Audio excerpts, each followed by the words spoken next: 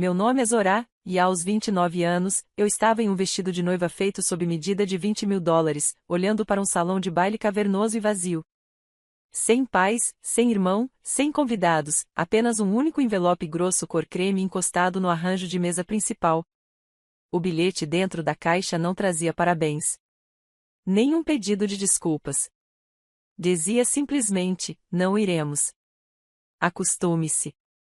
Minha família achou que finalmente tinha me destruído. Pensaram que eu desabaria em lágrimas no chão de mármore e imploraria por seu amor. Em vez disso, peguei meu telefone e cancelei silenciosamente o contrato de aluguel da cobertura, o SUV de luxo e o cartão de crédito que eles estavam usando para financiar a traição. Antes de contar como transformei as férias roubadas deles em um verdadeiro pesadelo, me diga de onde você está assistindo nos comentários. Dê um like e se inscreva se você já teve que dar uma lição brutal de respeito à sua família, porque, acredite, você vai querer ver o que acontece quando eles tentarem pagar a conta. O silêncio no grande salão de baile do St. Regis Atlanta era ensurdecedor. Deveria ser o dia mais feliz da minha vida. Os lustres de cristal brilhavam. As rosas brancas estavam perfeitamente arranjadas em imponentes arranjos, e o quarteto de cordas estava afinado e pronto para tocar. Mas não havia ninguém para ouvi-los. Meu noivo, Darius, estava ao meu lado, segurando minha mão com tanta força que seus nós dos dedos estavam brancos.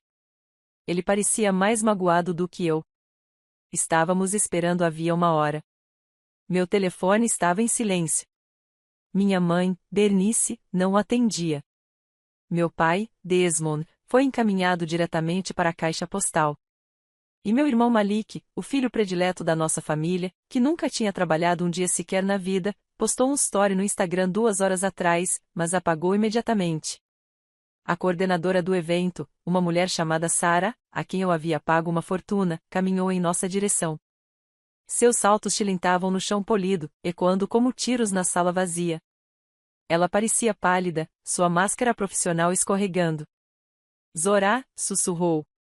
Encontrei isto na suíte nupcial. Foi deixado pela sua cunhada, Chloe. Meu estômago se contraiu. Chloe, a esposa do meu irmão? A mulher que passou os últimos 3 anos me fazendo sentir como uma intrusa na minha própria linhagem. A mulher que sorria mostrando os dentes, mas nunca os olhos. Peguei o envelope. Era um papel de carta pesado e caro, do tipo que minha mãe insistia em usar para manter as aparências. Dentro havia uma única folha. A caligrafia era a da minha mãe, irregular e apressada. Zorá, Chloe tem estado muito estressada ultimamente. O ambiente do casamento está sendo muito tóxico para a saúde mental dela, então decidimos fazer uma viagem em família. Usamos as passagens que você reservou para a lua de mel, já que você pode reservar mais com o seu trabalho. Darius é um bom rapaz, mas sejamos honestos, esse casamento é só uma formalidade. Você não precisa da nossa presença para assinar nenhum documento. Resolva isso. PS, não nos ligue. Vamos desligar nossos telefones. Li 2 vezes. As palavras giravam diante dos meus olhos. Tóxico. Chamaram meu casamento de tóxico. Entreguei o bilhete a Darius. Ele leu e viu uma veia saltar em sua testa. Ele é um neurocirurgião, um homem que mantém a calma ao operar cérebros humanos. Mas naquele momento, ele parecia pronto para incendiar o prédio. Eles pegaram nossas passagens de lua de mel, disse ele, com a voz baixa e ameaçadora. Eles estão nas Maldives às nossas custas. Você precisa entender que isso não era novidade. Era apenas o ápice de 29 anos sendo o caixa eletrônico da família Wilson. Fui eu quem pagou as dívidas de jogo do meu pai quando tinha 22 anos, e ele jurava que tinha sido um péssimo investimento. Fui eu quem comprou a casa onde eles moravam porque Malik havia falido sua terceira startup e eles perderam a casa da família por execução hipotecária. Para eles, eu era apenas Zorá, a idiota útil, a assistente. Eles pensavam que eu servia café para gente rica. Eles não faziam ideia de que eu era, na verdade, sócio sênior de uma das firmas de gerenciamento de crises mais implacáveis do país. Eu resolvia escândalos para políticos e atletas. Destruía reputações para ganhar a vida. E minha família acabará de me entregar a maior crise da minha vida. Sarah, a coordenadora, parecia prestes a chorar. Sinto muito, Zora. Quer que eu avise a cozinha para suspender o serviço? Olhei para as mesas vazias, os milhares de dólares em flores, o bolo desperdiçado. Não, Sarah, eu disse, com a voz firme. Cancele tudo. Embale a comida e envie para o abrigo para moradores de rua na rua Peachtree. Envie as flores para o asilo no quarteirão seguinte. Diga ao quarteto para ir para casa com o pagamento integral. Virei-me para Darius. Ele ainda segurava o bilhete, balançando a cabeça, com os olhos cheios de dor por mim. Meu bem, sinto muito, disse ele. Olhei-o nos olhos. Não precisa se desculpar. Este é o melhor presente de casamento que poderiam ter me dado. Clareza. Tirei o véu e joguei-o numa cadeira. Vamos. Para onde? Ele perguntou. Quero comer um hambúrguer, eu disse. Estou morrendo de fome. E tenho trabalho a fazer. Saímos do hotel e enfrentamos o calor úmido de Atlanta, ainda trajando nossas roupas de casamento. Os transeuntes olhavam fixamente para a noiva em seu vestido de alta costura, enquanto ela caminhava apressadamente em direção ao posto de serviço, mas eu não ligava. O manobrista trouxe meu carro. Assim que me sentei no banco do passageiro, abri meu laptop. Darius dirigiu em silêncio, sabendo que era melhor não me interromper com essa expressão no meu rosto. A mesma expressão que eu tinha quando estava prestes a enterrar o inimigo de um cliente. Entrei no meu portal bancário. A primeira coisa que vi foi uma cobrança pendente de 30 minutos atrás. $5.000. O Four Seasons Maldives, um pacote de spa para 4 pessoas. Dei uma risada, um som frio e seco. Eles estavam recebendo uma massagem enquanto eu permanecia em um altar vazio. Naveguei até a aba de gerenciamento de cartão de crédito. Lá estava ele, o cartão American Express Centurion, o cartão preto. Eu havia adicionado meu pai e Malik como usuários autorizados há 5 anos para emergências. Eles tinham usado o lugar para bebidas alcoólicas, roupas de grife e agora para férias roubadas. Meus dedos pairaram sobre o teclado. Eu não apenas bloqueei o cartão. Reportei o roubo. Marquei todas as transações das últimas 24 horas como fraudulentas. Então, fui além. Entrei na conta da companhia aérea. Vi as passagens de volta. Primeira classe, totalmente reembolsáveis. Eu cliquei em cancelar. O reembolso seria acreditado na minha conta. Eles estavam presos em uma ilha no Oceano Índico, sem cartões de crédito ativos e sem como voltar para casa. Fechei o laptop no exato momento em que meu celular acendeu na tela inicial. Era uma notificação do meu aplicativo bancário. Transação recusada. Four Seasons Maldives. Valor tentado, $200. Bar da piscina. Olhei para Darius e sorri pela primeira vez naquele dia. Começou. A milhares de quilômetros de distância, nas Ilhas Maldives, o sol se punha sobre o Oceano Índico, pintando o céu com tons de violeta e dourado, um espetáculo que custava uma fortuna para se presenciar. Minha cunhada Chloe estava aproveitando esse momento, segurando o celular para uma transmissão ao vivo para seus 20.000 seguidores. Ela fez beicinho, ajustando a alça do biquíni de grife que eu sabia com certeza que ela havia debitado da minha conta na semana anterior. Vivendo a melhor vida possível, ela disse carinhosamente para a câmera, ignorando o fato de que deveria estar em um casamento em Atlanta. A família é sempre em primeiro lugar, escreveu ela na legenda do vídeo, com um emoji de coração. A ironia era sufocante. Ela não fazia ideia de que o chão digital sob seus pés havia acabado de desmoronar. Ela fez um sinal para o garçom pedindo outra rodada de champanhe e reuniu meu irmão, Malik, e meus pais para uma selfie em grupo à beira da piscina infinita. Eles pareciam radiantes, corados pelo calor e pela emoção de gastar o dinheiro de outra pessoa. Após a sessão de fotos, eles foram até o espaço aquático ultra exclusivo do resort para fazer o pagamento. A conta foi astronômica. $5.000 por uma única tarde de tratamentos com algas marinhas e folhas de ouro no rosto. Meu pai, Desmond, deu um passo à frente, peito estufado, irradiando a arrogância de um homem que nunca precisou pagar as próprias contas. Ele bateu com força o pesado cartão American Express preto no balcão de mármore, produzindo um estalo satisfatório. Coloque aqui, disse ele, mal olhando para a recepcionista. A recepcionista, uma mulher elegante com um uniforme impecável, sorriu educadamente e inseriu o chip. Passou-se um instante, e depois outro. A máquina emitiu um bip agudo e implacável. Ela franziu a testa e tentou novamente. Bip. O sorriso não vacilou, mas seus olhos se tornaram frios. Sinto muito, senhor, disse ela, sua voz ecoando pelo saguão silencioso. Este cartão foi dado como roubado. Meu pai deu uma risada nervosa que falhou no meio. Isso é impossível, balbuciou. Tente de novo. É o cartão da minha filha.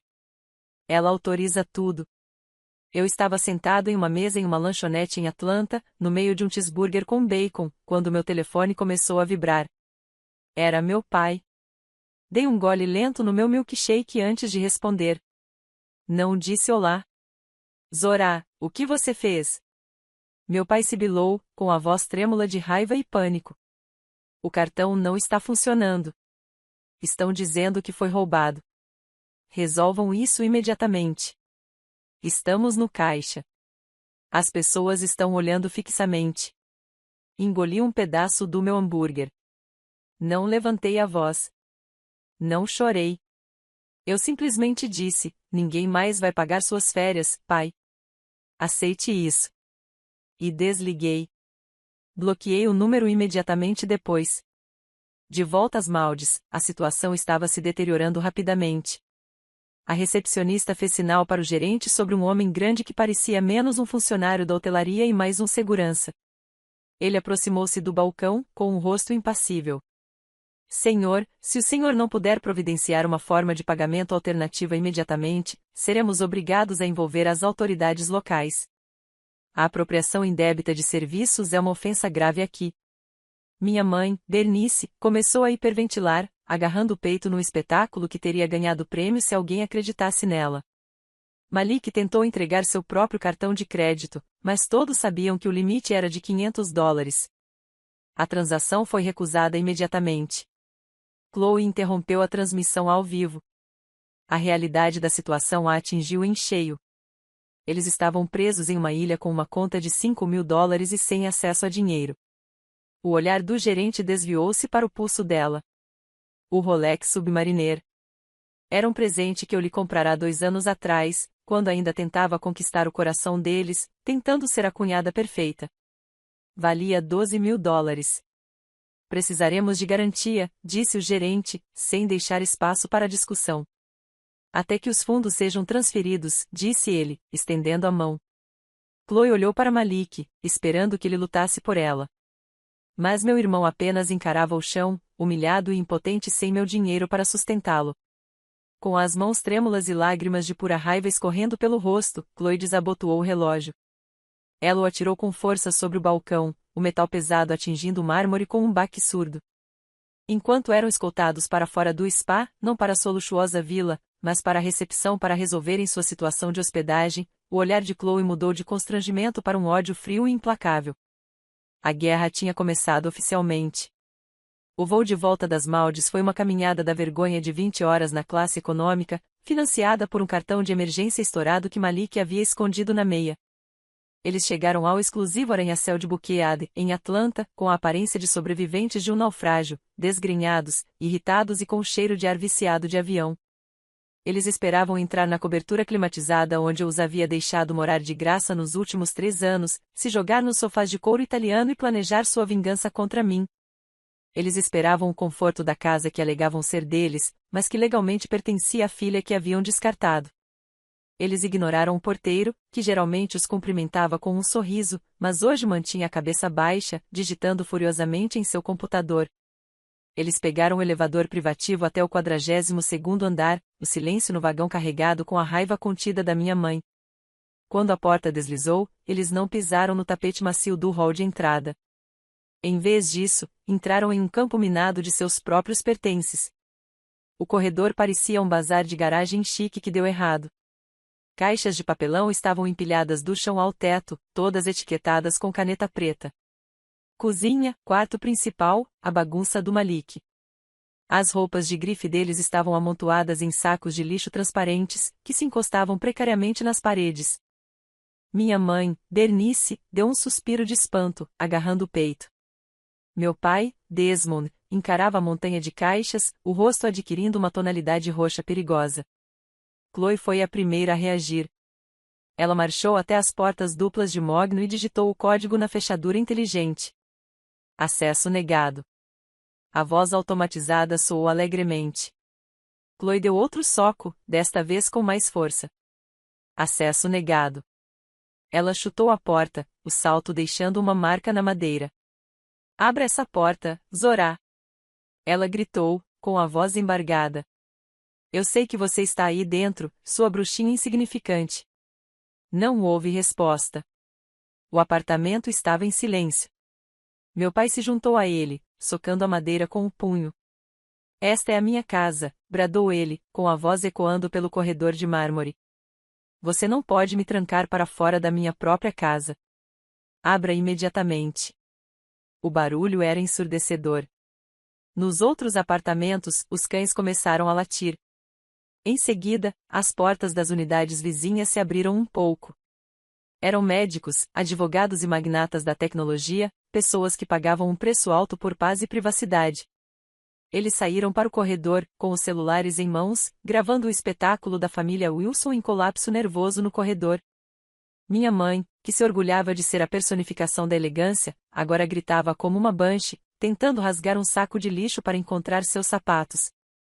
Malik ameaçava arrombar a porta, gritando palavrões que ecoavam pelas paredes. De repente, o elevador tocou. O barulho no corredor cessou instantaneamente. A porta deslizou e eu saí. Vestia um terno branco sob medida que custava mais do que o carro do meu irmão, estava impecavelmente arrumado e carregava uma pasta de couro. Eu não parecia uma vítima. Eu parecia a CEO que eu era. E eu não estava sozinha. Ao meu lado estava o xerife Wilkins, um homem cujo último escândalo eu havia feito desaparecer há 6 meses. Ele olhou para minha família com a expressão cansada de um homem que já tinha visto de tudo. Zorá! Minha mãe gritou, correndo em minha direção, estendendo as mãos como se quisesse me estrangular ou me abraçar. Eu não conseguia distinguir. Graças a Deus. Diga a esse homem para nos deixar entrar. Diga a ele que isso é um engano. Não hesitei. Não recuei.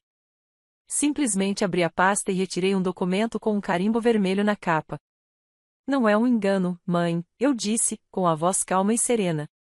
Esta é uma notificação formal de despejo. Vocês eram inquilinos por prazo indeterminado e violaram os termos do nosso acordo verbal ao furtarem bens do proprietário.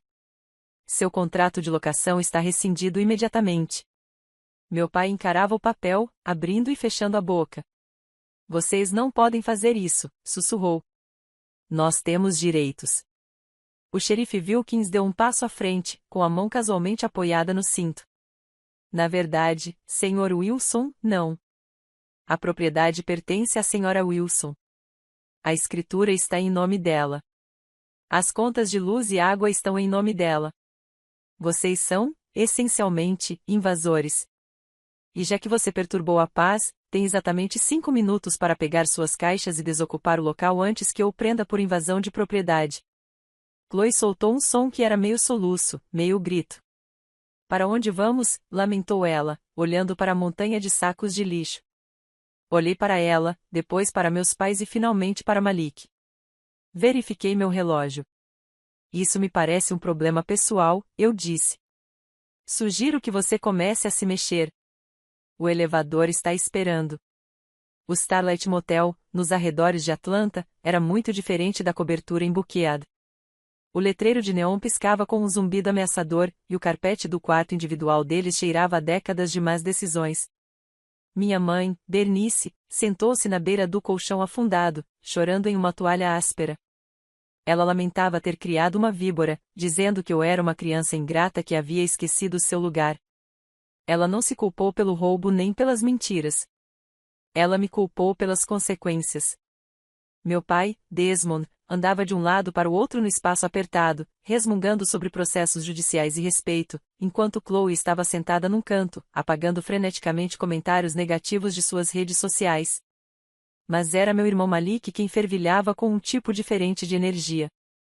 Em sua mente distorcida, eu não era apenas cruel, eu era um criminoso. Ele se convenceu de que não havia a menor possibilidade de eu conseguir pagar aquela cobertura ou o cartão de crédito Black com um salário de assistente. Ele concluiu que eu devia estar desviando dinheiro da empresa de gestão de crises onde eu trabalhava. Ele se via como o herói que me desmascararia e me obrigaria a devolver tudo à família para comprar o silêncio deles. Na manhã seguinte, Malik vestiu o único terno que lhe restava, amassado por ter ficado guardado em um saco de lixo, e pegou um ônibus até o arranha-céu de vidro em Midtown, onde minha empresa, a Sterling Crisis Management, ocupava os 3 últimos andares. Ele passou pela recepção do prédio, tomado por uma fúria hipócrita, e subiu de elevador até o 35º andar. Ele invadiu a recepção, exigindo falar imediatamente com o proprietário. Quando a recepcionista perguntou seu nome, ele gritou que se chamava Malik Wilson e que tinha provas de que sua funcionária Zora estava desviando fundos da empresa. Ele esperava pânico. Esperava que o agradecessem. Em vez disso, a recepcionista olhou para ele com uma mistura de confusão e pena. Senhor, disse ela, com voz calma e profissional. O senhor deseja denunciar Zora Wilson por roubo de quem? De você, cuspiu Malik, batendo com a mão na mesa. Ela não passa de uma secretária de luxo. Não tem como ela pagar por carros de luxo e mansões legalmente. Confira as contas. Ela está te roubando descaradamente. A recepcionista não chamou a segurança imediatamente. Em vez disso, apertou um botão no telefone e disse: o Sr. Sterling, irmão de Zora, está aqui. Ele tem algumas preocupações sobre as finanças dela. Um instante depois, as portas duplas da sala da diretoria se abriram. Arthur Sterling, o sócio fundador, saiu. Ele não parecia zangado. Parecia divertido.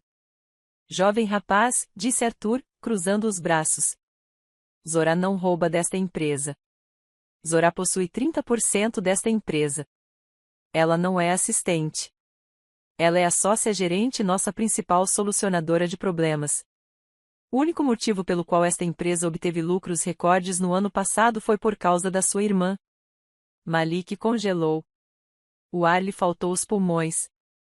Ele olhou de Arthur para a parede de retratos atrás da mesa. Lá estava, meu rosto bem ao lado do de Arthur, sob o título Liderança Executiva. A ficha caiu para ele como um soco no estômago. Eu não era um ladrão. Eu era um multimilionário. E eu construí tudo isso enquanto eles me chamavam de inútil. A maioria dos irmãos teria sentido vergonha naquele momento. Eles teriam sentido orgulho ou, pelo menos, arrependimento pela forma como trataram o irmão. Mas Malik não era como a maioria dos irmãos. Ao sair do prédio, o choque em seu rosto se dissipou, dando lugar a um sorriso lento e predatório. Ele não viu meu sucesso como motivo para se desculpar. Ele o viu como uma vulnerabilidade. Se eu tivesse tanto dinheiro e uma reputação a zelar, eu teria algo a perder. Ele pegou o celular e discou para nossa mãe. Mãe, pare de chorar, disse ele, com a voz baixa e gananciosa. Não vamos processá-la. Vamos fazê-la pagar. Agora eu sei o segredo dela, e vale muito mais do que uma cobertura. A manhã de domingo em Atlanta é um desfile para a alma, especialmente na Catedral Ebenezer Grace, onde meus pais foram diáconos por 20 anos. Apesar de dormir num colchão irregular no Starlight Motel, minha mãe, Bernice, conseguiu passar a vapor seu vestido de seda e obrigar meu pai a vestir seu melhor terno. Eles entraram amontoados no Range Rover branco, o último símbolo remanescente da mentira em que viviam. Eles precisavam que a congregação os visse para acreditar que ainda eram os pilares da comunidade, ainda abençoados e altamente favorecidos. Eles estacionaram bem na primeira fila, o lugar reservado para os dizimistas mais generosos, um lugar que só mantinham porque eu vinha secretamente cobrindo suas doações há uma década. Eles entraram no santuário, de cabeça erguida, ignorando os sussurros sobre sua ausência no meu casamento. Eles pensavam que Deus era o único juiz que importava, mas esqueceram que o oficial de justiça não se importa com a sua salvação. Eu não estava lá, mas tive um lugar na primeira fila graças à transmissão ao vivo que a igreja fazia todas as semanas. Eu assistia da minha sala, tomando um café com leite gelado, enquanto o bispo Green começava seu sermão sobre a virtude da honestidade. A ironia era deliciosa. No meio da homilia, um estrondo baixo começou do lado de fora, aumentando de volume até fazer vibrar os vitrais. Era o aroma mecânico característico de um elevador hidráulico. As pessoas começaram a se virar. Os recepcionistas se dirigiram para as portas. Então, as pesadas portas de carvalho se abriram e um homem com um colete amarelo neon entrou no nártex. Ele não estava lá para orar. Ele cruzou o olhar com o chefe dos recepcionistas e apontou em voz alta para o estacionamento, reclamando de um Range Rover branco que estava bloqueando a passagem do guincho. Meu pai ficou paralisado. Minha mãe apertou a Bíblia com tanta força que achei que a capa fosse se romper. O sussurro se espalhou pelos bancos da igreja como um incêndio florestal. Aquele é o carro dos Wilson. Por que está sendo rebocado? Meu pai se levantou, tentando manter a dignidade, e caminhou rapidamente em direção à saída, mas não foi rápido o suficiente. Através das portas abertas, toda a congregação pôde ver o enorme guincho dando ré até o SUV. A placa do veículo estava claramente visível. Era o carro que eu havia alugado em meu nome para eles há 3 anos. Ontem, liguei para a empresa de leasing e informei que estava devolvendo o veículo por falta de pagamento. Eu disse a eles exatamente onde encontrar. No domingo de manhã, o pânico tomou conta. Meu pai abandonou sua caminhada digna e começou a correr, gritando: "Espere, pare. Isso é um erro." Minha mãe o seguiu, seus saltos batendo freneticamente no chão de pedra, seu chapéu torto. Malik e Chloe vinham logo atrás, com uma expressão de quem queria ser engolido pela terra. Eles surgiram em meio à luz brilhante do sol, exatamente no momento em que o elevador ergueu o SUV no ar. O sistema de alarme emitiu um som de sirene rítmico que abafou o coro. Meu pai agarrou o braço do motorista do guincho, implorando com o rosto coberto de suor. "Vocês não podem levar isso", gritou ele. "Nós temos direitos." O motorista simplesmente o dispensou com um gesto brusco e lhe entregou uma prancheta. O dono entregou o veículo, dizendo em voz alta o suficiente para que os diáconos nos degraus ouvissem: "Senhor." Ela disse: "Vocês eram motoristas não autorizados." O carro foi içado, parecendo uma baleia encalhada. A congregação se espalhou pelos degraus, assistindo ao espetáculo. Essas eram as pessoas que meus pais passaram a vida inteira tentando impressionar. Agora eles viram Desmond e Bernice Wilson como eles realmente eram: farsantes, falidos, sem carro. Minha mãe desabou no asfalto, soluçando não pela perda do carro, mas pela perda da única coisa que ela realmente amava: sua imagem. Enquanto o caminhão se afastava, arrastando pela rua o último resquício de prestígio deles, o bispo balançou a cabeça lentamente. Fechei meu laptop. O carro tinha sumido. O orgulho deles tinha ido embora. Mas eu estava apenas começando. O quarto do Starlight Motel cheirava a cigarro velho e desespero. Mas para minha cunhada, Chloe, era o cenário perfeito para sua obra-prima. Ela estava sentada de pernas cruzadas no colchão irregular, vestindo um dos meus antigos moletons grandes demais, que ela havia roubado anos atrás. Ela prendeu seus cabelos loiros num coque desarrumado que parecia tragicamente desprovido de esforço. Ela colocou o celular em cima de uma pilha de bíblias que encontrou na mesa de cabeceira, ajustou a luz circular que carregava para todo lado como se fosse um aparelho de suporte à vida e apertou o botão de gravar. Ela não gritou nem se enfureceu como fizera no corredor da minha cobertura. Em vez disso, fez algo muito mais perigoso. Ela chorou. "E aí, pessoal?" ela sussurrou para a câmera, com a voz trêmula e uma fragilidade calculada que me deu arrepios. Eu não queria fazer este vídeo. De verdade, não queria. Mas não temos outra alternativa. Ela enxugou uma lágrima que eu sabia que ela havia provocado ao manter os olhos abertos sem piscar por 30 segundos. A família do meu marido é composta por pessoas boas, trabalhadoras e amorosas. Mas a irmã dele, Zorá, simplesmente nos expulsou de casa. Ela expulsou os próprios pais idosos. Roubou a escritura da casa deles enquanto eles confiavam a ela a administração das finanças. E agora estamos na rua. Ela fez uma pausa, olhando para as próprias mãos, deixando que o silêncio fizesse todo o trabalho pesado. "Está congelando aqui fora", mentiu ela, baixando a voz para um sussurro. "Estamos tremendo neste quarto de motel porque não temos dinheiro para ligar o aquecimento." Ela expulsou meus pais em pleno inverno só porque podia, porque tem dinheiro e poder e acha que isso a torna Deus. Por favor, precisamos de ajuda. Precisamos de justiça. Assisti ao vídeo do meu escritório em Midtown, onde o ar-condicionado estava ligado no máximo porque fazia 35 graus Celsius em Atlanta. Era meados de julho. A sensação térmica era sufocante. Não havia inverno. Não havia geada. Mas a internet não se importa com a previsão do tempo. A internet se importa com lágrimas. Em 3 horas, o vídeo já tinha 2 milhões de visualizações. A seção de comentários era um verdadeiro antro de indignação descabida. As pessoas estavam me chamando de monstro. Estavam divulgando meus endereços antigos. Hashtags começaram a viralizar. Justiça para os Wilsons. Crise do boicote a Sterling. A narrativa mudou. Tão rápido que minha cabeça girava em direção ao mundo. Eu não era mais vítima de roubo e abandono. Eu era o abutre corporativo maligno que se aproveitava de sua doce e inocente família. Chloe soube usar sua fragilidade como arma, interpretando com perfeição o papel da mulher branca indefesa, vítima da cunhada negra, poderosa e raivosa. Era um clichê tão antigo quanto o tempo, e o público o adorava. As consequências foram imediatas. O telefone do meu escritório começou a tocar, não com novos clientes, mas com clientes antigos apavorados. Um rapper cujas acusações de agressão eu estava tentando fazer desaparecer ligou dizendo que não queria que minha energia negativa afetasse seu julgamento.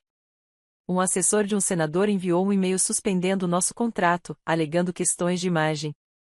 Fiquei parado junto à janela, olhando para a cidade sufocante, e percebi que, pela primeira vez na minha carreira, eu era o epicentro da crise. Eu estava acostumada a controlar a narrativa, mas Chloe havia tirado a caneta da minha mão. Arthur Sterling entrou no meu escritório com uma expressão sombria. Ele não disse nada a princípio, apenas colocou seu tablet sobre a minha mesa. A página estava aberta em um blog de fofocas. A manchete dizia: gestora de crises cria o próprio desastre. Despeja pais idosos para ganhar fama. Arthur suspirou. Zorá, eu sei quem são essas pessoas. Eu sei o que fizeram com você. Mas a situação é crítica. Perdemos 3 contratos de prestação de serviços esta manhã. Você precisa resolver isso, e rápido, ou os sócios vão convocar uma votação. Senti o frio aço do medo em meu estômago. Eles estavam vindo atrás do meu sustento. Malik e meus pais estavam compartilhando o vídeo, alimentando a polêmica e acrescentando suas próprias mentiras nos comentários sobre como eu sempre fui ciumenta e cruel. Eles estavam destruindo o império que eu construí, tijolo por tijolo, apenas para se aquecerem por uma noite. Mas o verdadeiro golpe, aquele que realmente me derrubou, não veio de um cliente. Veio do meu marido. Meu telefone vibrou com uma chamada de Darius. Atendi, esperando ouvir sua voz calma, seu tom tranquilizador.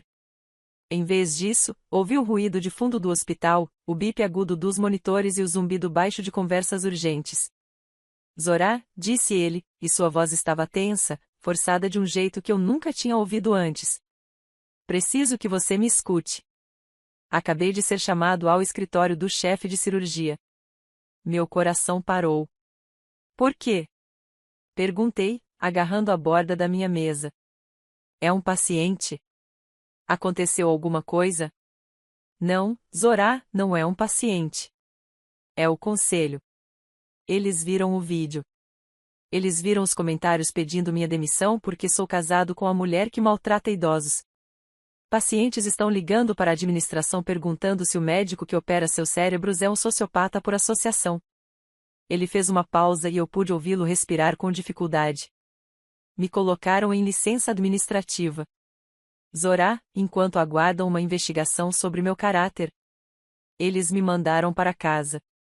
Estou indo para o carro agora. O telefone escorregou da minha mão e caiu na mesa com um estrondo. Encarei a parede, minha visão embaçando. Eles tinham vindo atrás do meu dinheiro e eu tinha rido. Eles vieram atrás da minha casa e eu lutei.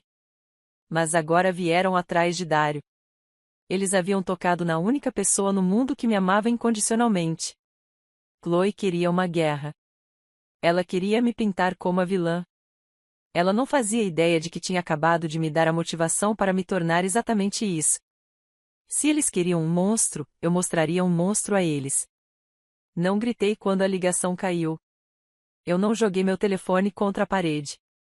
Simplesmente fui até a porta do meu escritório, tranquei-a e sentei-me no meu centro de comando. A suspensão de Darius foi a gota d'água. Eles atacaram meu coração, então eu atacaria a tábua de salvação deles. Minha família havia se esquecido de quem eu era. Eles pensavam que eu era apenas Zorá, a submissa. Mas o mundo me conhecia como faxineiro. E a primeira regra da gestão de crises é nunca interromper o inimigo quando ele está cometendo um erro. Chloe achava que suas lágrimas eram sua arma, mas ela deixou um rastro digital quilométrico e eu tinha as provas. Eu não emiti um comunicado de imprensa. Não fiz uma transmissão ao vivo no Instagram para me defender. Isso pareceria defensivo. Em vez disso, criei uma conta de e-mail anônima roteada por meio de um servidor na Suíça. Compilei um dossiê. Não era um desabafo. Era um simples ensaio visual intitulado Um Alto Custo da Pobreza. Enviei a mensagem para os 3 principais blogs de fofoca que estavam difamando meu nome nas últimas 24 horas. Depois, sentei e esperei. Os blogs publicaram a notícia em 20 minutos. A internet adora uma vítima, mas adora ainda mais um mentiroso. A primeira imagem era uma comparação lado a lado. À esquerda, havia uma captura de tela do vídeo de Chloe, onde ela tremia no quarto do motel afirmando que não tinham nada. À direita, havia uma foto dela do Instagram, datada de 3 meses atrás. Ela estava posando com uma bolsa Hermes Birkin de edição limitada, avaliada em $12.000. A legenda dizia, feito por mim mesmo. Abaixo da foto, eu havia anexado o extrato da American Express. O valor da compra da sacola estava destacado em amarelo neon. O nome da titular do cartão era Zora Wilson. A próxima imagem era ainda mais condenatória. Mostrava a fatura do spa nas Maldivas. $5.000 em tratamentos faciais com ouro e envolvimentos com algas marinhas foram debitados no meu cartão justamente no dia em que eu estava sozinha no altar. Ao lado, coloquei o recibo das pastilhas de freio do meu Honda Civic de 7 anos. Eu dirigi aquele carro por uma década, debatendo se deveria consertar os freios ou guardar o dinheiro para pagar o IPTU da cobertura onde meus pais moravam. O contraste era brutal. Lá estava a irmã rica e malvada dirigindo um carro velho, enquanto a família pobre e indefesa se esfoliava com pó de ouro às custas dela. A legenda que coloquei foi simples. Se eles estão congelando em um motel, por que ela está usando uma pulseira Cartier no vídeo? Essa pulseira custou $6.000. Eu também paguei por ela. A maré virou tão rápido que causou um estalo. A seção de comentários, que clamava pela minha cabeça, de repente parou. Detetives da internet começaram a dar zoom no pulso de Chloe no vídeo em que ela chora. Eles encontraram as joias. Analisaram os registros de data e hora nos recibos do spa. A narrativa dos pais idosos e pobres, abandonados ao frio, começou a ruir. As pessoas começaram a fazer perguntas. Por que os pais tinham passagens de primeira classe se estavam sem dinheiro? Por que a cunhada estava vestindo roupas de grife enquanto implorava por aquecimento? A simpatia evaporou, substituída por um ceticismo frio e implacável. Um comentário chegou ao topo com 10.000 curtidas. Espera aí, então a irmã pagou por tudo, eles roubaram a lua de mel dela e agora estão bravos porque ela os deserdou? Isso não é abuso. Isso são consequências. Observei as métricas mudarem no meu monitor, um sorriso frio surgindo em meus lábios. Eles queriam atenção. Agora a tinham. A intimação chegou por mensagem de texto da minha tia Mai. Não era um pedido, era uma ordem. Reunião de família, domingo, 14 horas. Não se atrasem. Eu sabia exatamente o que era isso. Na família Wilson, chamávamos isso de conselho de anciãos, mas, na realidade, era um pelotão de fuzilamento. Sempre que alguém se desviava das regras, os tios e tias se reuniam para intimidá-los e obrigá-los a se submeter, usando as escrituras e a culpa como armas. Eles tinham visto os blogs. Tinham visto os comentários me defendendo. E agora estavam se unindo para proteger o nome da família, o que aparentemente significava proteger os mentirosos e punir quem dizia a verdade. Cheguei à casa da tia Mai com meu Honda de 7 anos. A entrada da garagem estava cheia de carros, alguns dos quais eu havia ajudado a pagar. Entrar naquela sala de estar era como entrar em um tribunal onde o veredicto já havia sido lido. Minha mãe estava sentada num canto, com uma expressão frágil, enxugando as lágrimas dos olhos com um lenço de papel. Malik estava com um sorriso irônico, de pé atrás da cadeira do tio Bernard, como um príncipe exilado. O ar cheirava a carne assada e julgamento. Tia Mai começou a falar antes mesmo de eu me sentar. Zorá, estamos decepcionados com você. Você envergonhou esta família. Você desonrou seus pais. A Bíblia diz, honra teu pai e tua mãe, e não exponhas a vida deles na internet para que estranhos zombem. Tio Bernard interveio com voz estrondosa, você foi abençoada com riqueza, Zorá. Mas se tornou arrogante.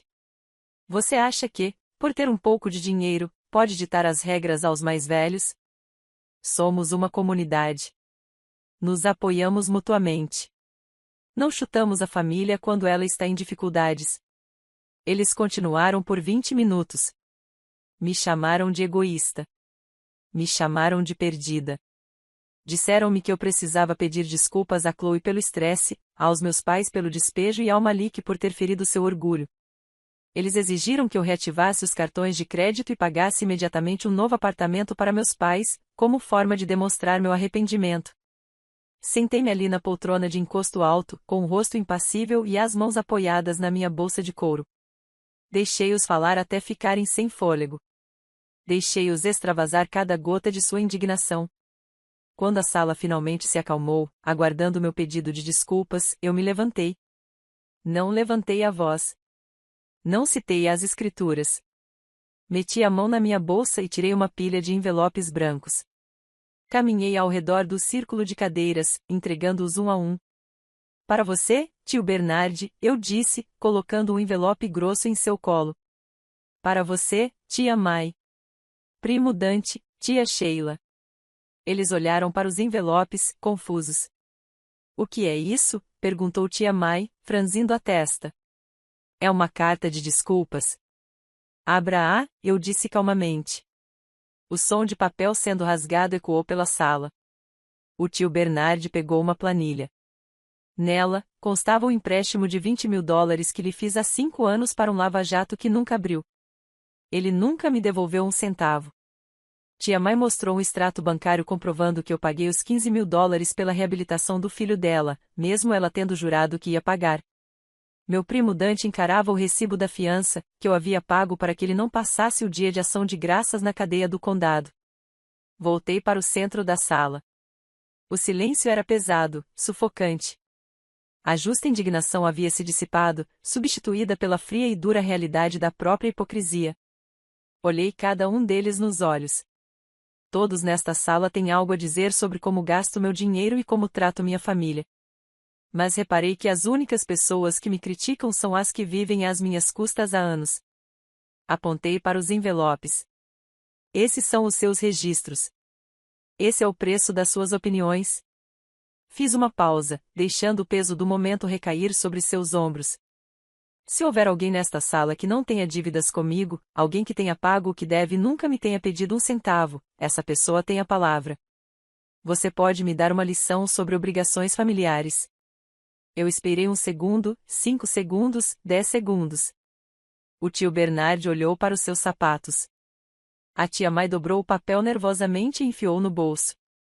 Malik olhou ao redor da sala, esperando que alguém o defendesse, mas ninguém disse nada. O tribunal tinha sido dissolvido pelas suas próprias dívidas.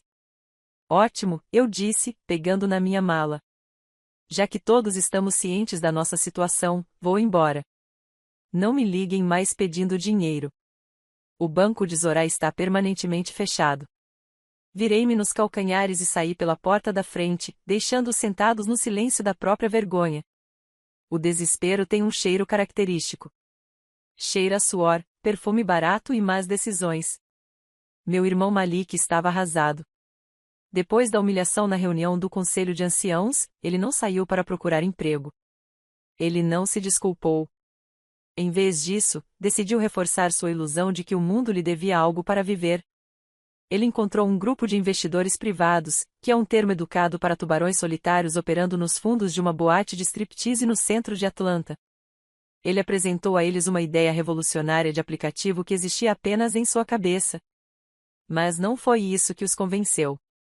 O que os convenceu foi o sobrenome dele e o fato de ele ter irmã. Ele disse a eles que eu era seu sócio silencioso. Ele disse a eles que eu estava garantindo o empréstimo pessoalmente. E para provar, apresentou uma nota promissória de $50.000 com a minha assinatura. Ele se achava um gênio. Pensava que podia pegar o dinheiro emprestado, investir em algum esquema de criptomoeda, pagar de volta com juros e ficar com lucro antes mesmo de eu perceber a diferença. Mas Malik não era um gênio. Ele era um jogador numa maré de azar. Os $50.000 desapareceram em menos de 48 horas, engolidos por maus negócios e hábitos de consumo ainda piores. Quando chegou a hora de pagar a primeira parcela semanal, Malik simplesmente desapareceu. Parou de atender o telefone. Pensou que conseguiria se esconder. Ele se esqueceu de que pessoas que emprestam dinheiro a juros de 40% não enviam e-mails. Elas enviam mensagens de texto. Eu estava no meio de uma reunião estratégica com um senador quando as portas de vidro da nossa recepção se estilhaçaram. 2 homens entraram. Não usavam ternos. Vestiam jaquetas de couro e tinham expressões que prenunciavam violência. Eles ignoraram a recepcionista que estava gritando e pegaram tacos de beisebol e destruíram o aquário personalizado na sala de espera. Água e peixes exóticos se espalharam pelo chão de mármore. Quebraram os monitores da recepção. Era um caos. Era aterrorizante. E foi exatamente o erro que eu precisava que eles cometessem. Saí da sala de conferências com um rosto impassível, uma expressão de calma. Minha equipe de segurança já estava se movendo para interceptá-los, mas eu levantei a mão. Eu queria que eles me vissem. Eu queria que eles soubessem exatamente com quem estavam lidando. Vocês estão procurando por Malik, eu disse, minha voz se sobrepondo ao barulho do vidro quebrando. O homem maior deu um passo à frente, esmagando a casca de foca sob sua bota. Seu irmão nos deve 50.000. Ele assinou o papel. Ele disse que você era responsável por isso. Se ele não pagar, você paga. Ou voltaremos quando você não estiver no trabalho. Olhei para o taco de beisebol em sua mão e depois para a câmera de segurança piscando no canto do teto. Não hesitei. Não peguei meu talão de cheques. Peguei meu telefone e disquei 911. Você cometeu um erro, eu disse ao homem. Eu não assinei nada. E você acabou de cometer um roubo à mão armada e destruição de propriedade em um prédio que abriga uma agência federal no 4º andar. A polícia já está no saguão. Ele me olhou confuso. Mostrou-me uma foto do documento no celular. Essa é a sua assinatura, ele cuspiu as palavras. Eu ri. Foi um som frio e cortante. Isso é uma falsificação, e eu posso provar. Abri as imagens de segurança do saguão do prédio no meu tablet. Virei a tela para que ele pudesse ver. A gravação tinha sido feita há 3 dias. A foto mostrava Malik sentado em um banco no saguão com um homem que reconheci como um de seus associados. A imagem mostrava Malik tirando um documento do bolso do paletó. Mostrava-o olhando em volta, nervoso, antes de pegar uma caneta e assinar meu nome no final da página. Ele chegou a praticar uma vez em um guardanapo antes de assinar o documento definitivo. A câmera capturou cada traço da caneta em alta definição 4K. Seu sócio viu ele falsificar minha assinatura. Eu disse que ele sabia que era falsa. E você acabou caindo numa armadilha. As sirenes soavam lá fora. Os homens se entreolharam, percebendo tarde demais que não eram os predadores ali. Eram as presas. Quando a polícia os arrastou para fora algemados, eu já havia enviado as imagens por e-mail ao promotor distrital. Acrescentei uma acusação de roubo de identidade e fraude contra Malik ao boletim de ocorrência. Meu irmão não era mais apenas um incômodo. Ele era um criminoso. A polícia emitiu um mandado de prisão contra ele em menos de 1 hora. Malik Wilson agora era um foragido procurado por causa de $50.000 que não tinha e por um crime que fora estúpido demais para cometer. Olhei para o aquário destruído, os peixes se debatendo e os cacos de vidro. Era uma bagunça. Mas era uma bagunça que eu podia limpar. A vida de Malik, no entanto, era uma mancha que se tornava permanente. O telefonema aconteceu às 3 horas da manhã, a hora da bruxa para manipuladores e narcisistas. Meu celular vibrou na mesa de cabeceira e, quando vi o número da minha mãe piscando, quase deixei cair na caixa postal. Eu havia bloqueado o número principal dela, mas ela estava ligando de um celular descartável, provavelmente um que ela comprou em um posto de gasolina com as moedas que encontrou debaixo das almofadas do sofá do motel. Respondi, não por preocupação, mas por curiosidade. Queria saber qual seria o próximo passo em seu plano desesperado. Você o matou, gritou Bernice no telefone antes mesmo que eu pudesse dizer alô. Sua voz estava rouca e carregada daquele tipo de histeria que geralmente precede uma exigência de dinheiro. Seu pai está no hospital. Ele sofreu um ataque cardíaco fulminante ao ver a notícia sobre o mandado de prisão. A polícia veio procurar Malik e Desmond simplesmente agarrou o peito e desmaiou. Está feliz agora, Zorá? Você colocou seu irmão na cadeia e seu pai na sepultura. Sentei-me na cama e acendi o abajur. Meu pulso não acelerou. Minhas mãos não tremeram. Senti um distanciamento frio e clínico. Qual hospital? Perguntei. Grade, ela soluçou. Venha para cá. Se ele morrer, a culpa será sua. Desliguei o telefone e liguei imediatamente para meu advogado. Eu não ia entrar naquele quarto de hospital como uma filha em luto. Eu ia entrar como uma mulher entrando em uma cena de crime. Eu precisava de uma testemunha e precisava de proteção. Disse a ele para me encontrar na entrada do pronto-socorro em 20 minutos. Quando cheguei, a sala de espera era um mar caótico de dor e sofrimento reais, mas minha mãe conseguiu se tornar o centro das atenções. Ela estava estendida sobre uma fileira de cadeiras de plástico, gemendo tão alto que podia ser ouvida no estacionamento. Ela usava um vestido preto como se já estivesse vestida para o funeral.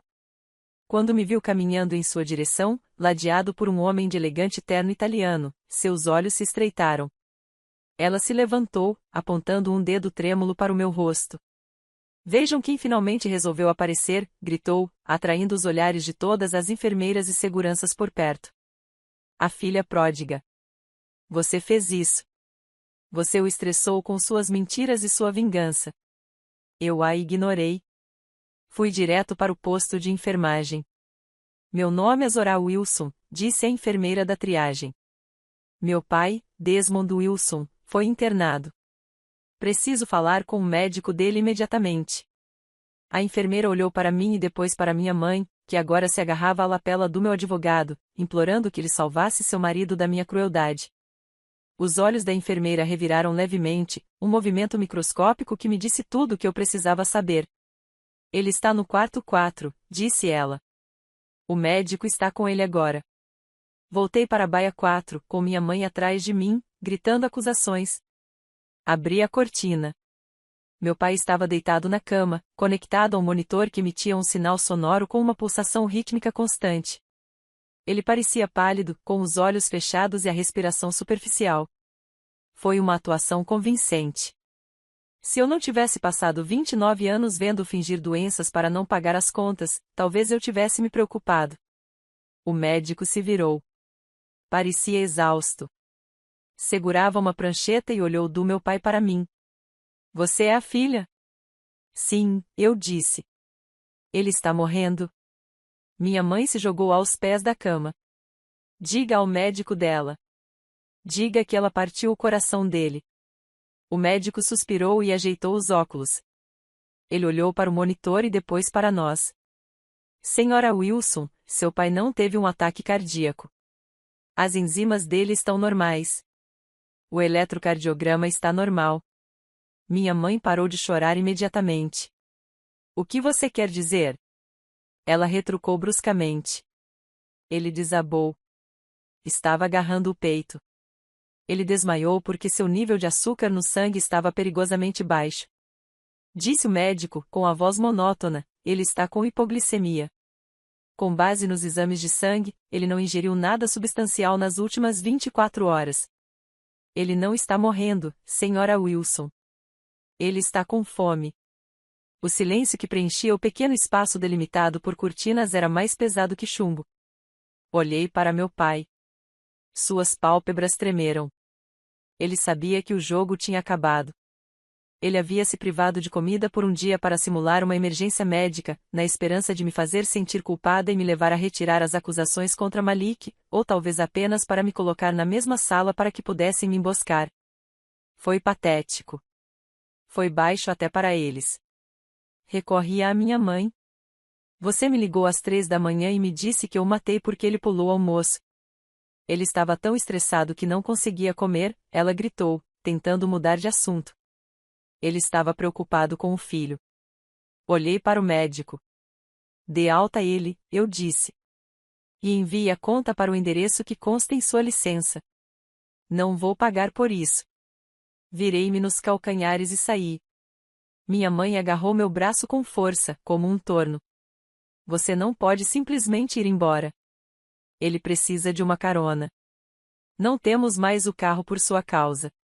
Olhei para a mão dela até que ela a soltasse. Chame um Uber, eu disse, fria como gelo. Ah, e espere. Você não tem cartão de crédito. É melhor começar a andar, mãe. É um longo caminho de volta para o motel. Saí pelas portas da emergência e me deparei com a noite úmida de Atlanta, deixando minha mãe gritando meu nome para uma plateia de estranhos que já não se importavam.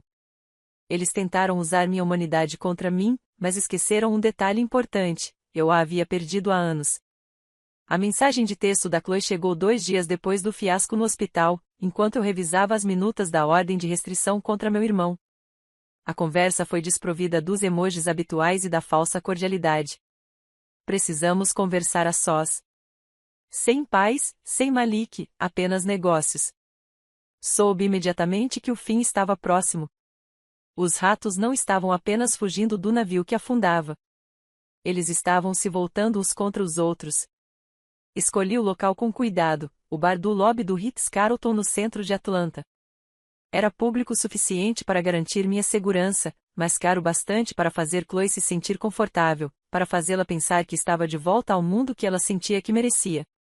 Ela chegou com 10 minutos de atraso, usando óculos de sol enormes e um sobretudo bem fechado, provavelmente para esconder o fato de que suas roupas por baixo não estavam à altura de seus padrões habituais.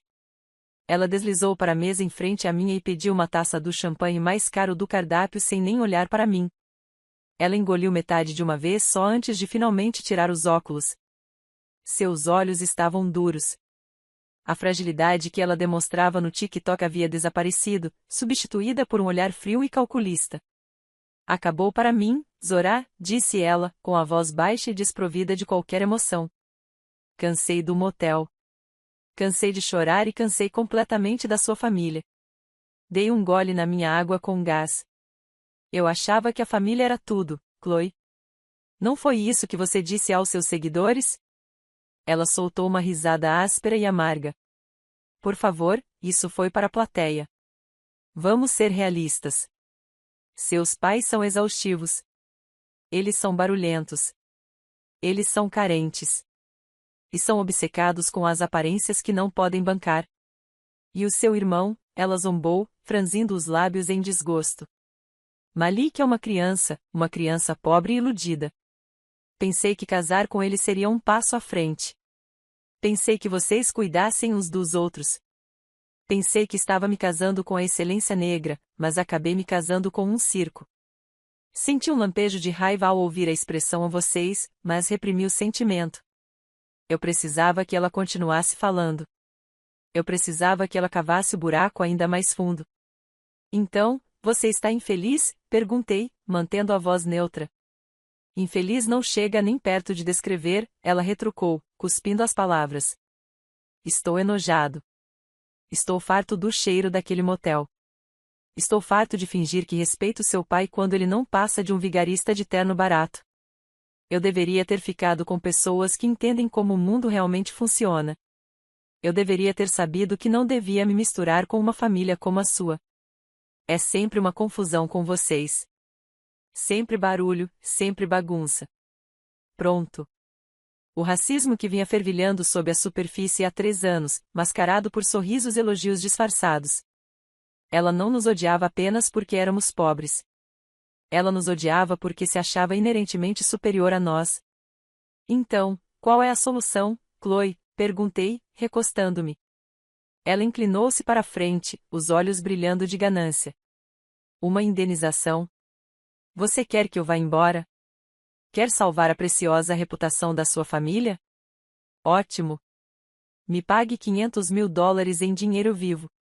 Transfira para uma conta offshore. E o que eu ganho com $500.000? Você recupera sua vida. Eu me divorciarei de Malik. Vou postar um vídeo dizendo que tudo foi um mal-entendido e que você e eu fizemos as pazes. Depois, vou desaparecer. Vou deixar essa família desprezível para trás, onde ela pertence. Você me paga e eu estanco o sangramento. Olhei para ela. Ela estava completamente confiante. Achava que me tinha encurralado.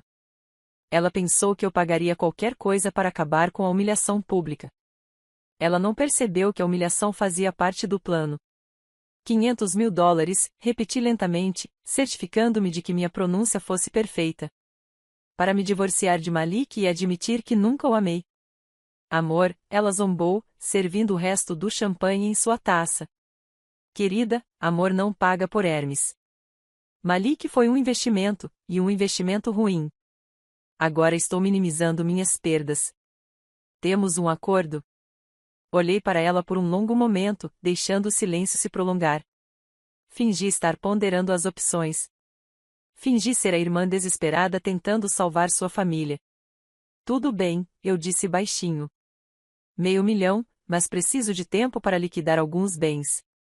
Você tem 48 horas, disse ela, colocando os óculos de sol de volta. Ou eu volto para o TikTok e conto para o mundo inteiro sobre a sonegação de impostos do seu pai. Eu sei onde os esqueletos estão enterrados, Zorá. Não me teste. Ela se levantou, pegou a bolsa e saiu do saguão do hotel sem olhar para trás, deixando a conta do champanhe em aberto sobre a mesa. Ela caminhava com a arrogância de uma mulher que acabará de ganhar na loteria. Esperei até que ela passasse pelas portas giratórias antes de pegar algo na minha bolsa.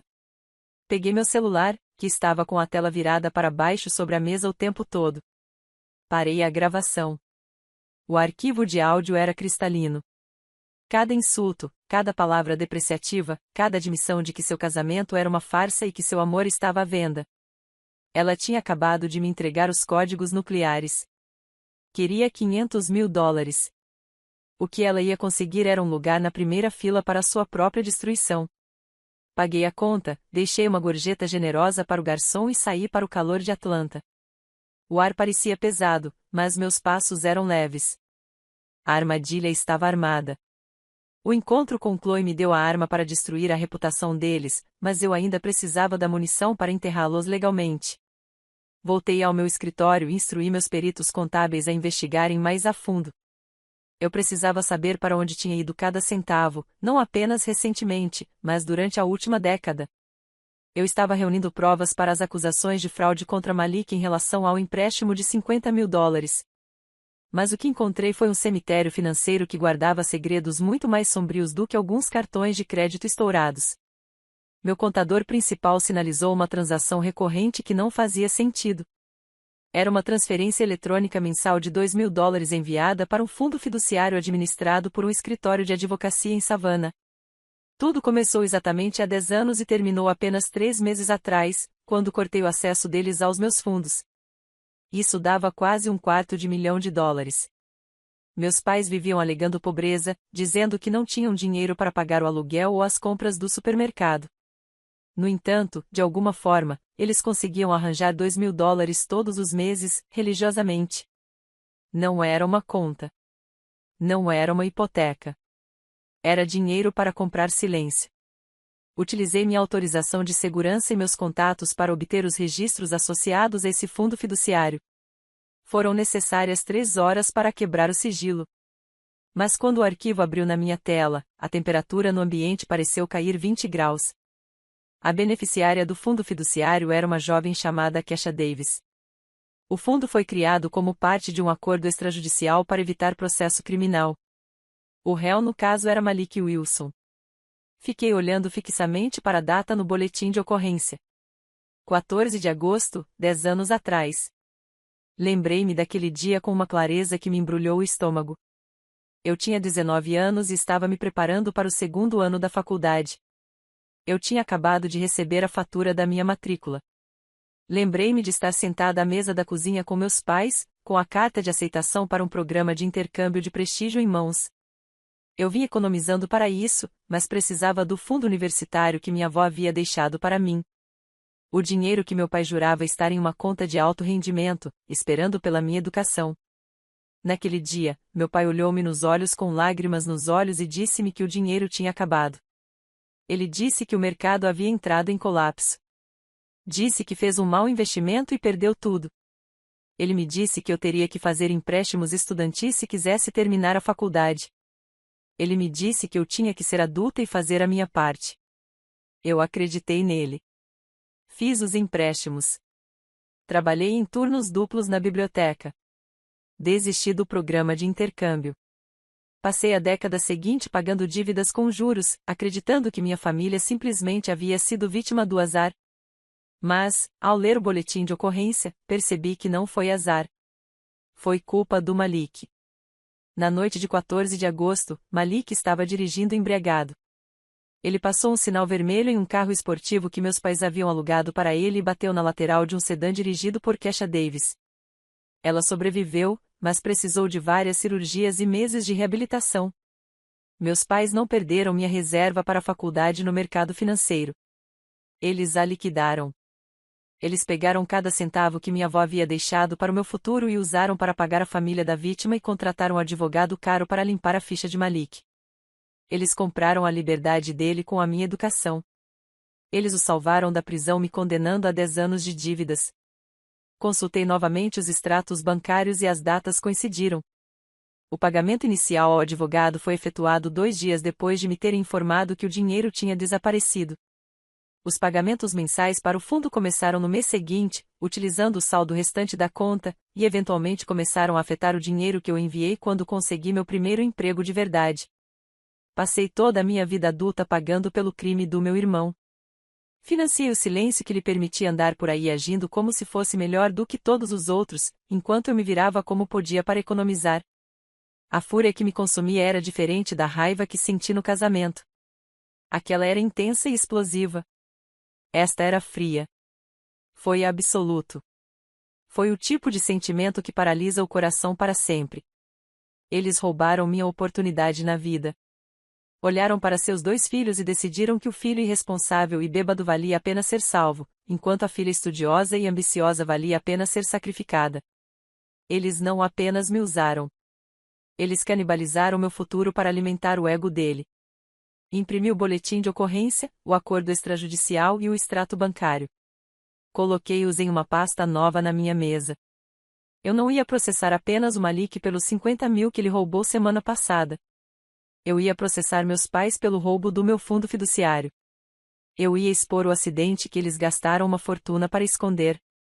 Malik estava apavorado com a possibilidade de ir para a cadeia por fraude, mas não fazia ideia de que também estava prestes a enfrentar os fantasmas do seu passado. Eles queriam proteger seu filho predileto a todo custo. Agora, iriam aprender que o custo seria eu. A ligação chegou às 23h45 de uma terça-feira à noite, enquanto a chuva batia forte nas paredes de vidro do meu escritório. Eu ainda estava trabalhando, soterrado sob a montanha de documentos de contabilidade forense que comprovavam que meus pais haviam roubado meu futuro, mas o toque do celular cortou o silêncio como um grito. Não era Darius. Era um número que eu não reconheci. Quando atendi, uma voz que eu conhecia muito bem falou do outro lado da linha. Foi o Dr. Evans, chefe de cirurgia, quem suspendeu Darius poucos dias antes. Sua voz estava trêmula. Zorá, você precisa ir imediatamente para o Grade Memorial. É o Darius. Ele foi atacado. O trajeto até o hospital foi um borrão de pneus aquaplanando e semáforos vermelhos que ignorei completamente. Minha mente fervilhava com diversos cenários, mas nada me preparou para a realidade da sala de trauma número 1. Darius, meu marido, o homem com as mãos mais firmes de Atlanta, o homem capaz de inserir um catéter no cérebro humano sem tremer, estava sentado na beira de uma maca. Sua camisa estava rasgada e manchada de lama e sangue. Seu rosto estava machucado e inchado, e seu olho esquerdo estava cerrado com força. Mas não foi isso que me tirou o ar dos pulmões. Foram as mãos dele. Ambas as mãos estavam envoltas em grossas camadas de gaze e talas, elevadas sobre almofadas como asas quebradas. Corri até ele, caindo de joelhos ao lado da cama. Tinha medo de tocá-lo, medo de causar mais dor. Darius olhou para mim com seu olho bom, e viu um nível de derrota que partiu meu coração em 1000 pedaços. Zorá, ele sussurrou com a voz embargada por causa do lábio rachado. Me desculpe. Eu tentei protegê-los. Levantei-me e me virei para o Dr. Evans, que estava parado num canto, com o rosto pálido. O que aconteceu? Quais são os danos? O Dr. Evans respirou fundo. Fraturas múltiplas nos metacarpos de ambas as mãos. Luxação do polegar direito. Contusões graves no nervo ulnar. Zorá, faremos o nosso melhor na cirurgia amanhã, mas você conhece as estatísticas tão bem quanto eu. A destreza necessária para a neurocirurgia, ele parou de falar, incapaz de pronunciar as palavras. A carreira do meu marido havia acabado. A vida que ele construiu, as milhares de vidas que ele deveria salvar, tudo perdido em uma única noite. Voltei-me para Darius. Quem fez isso? Darius fechou os olhos. Foi Malik. Ele estava me esperando no estacionamento. Ele tinha uma chave de roda. Ele não parava de gritar comigo, Zorá. Ele disse que eu estava envenenando sua mente. Ele disse que eu era quem estava te tornando ganancioso. Ele disse, se eu não pudesse mais assinar os cheques, talvez você voltasse a ouvir sua família. Malik não atacou apenas um homem.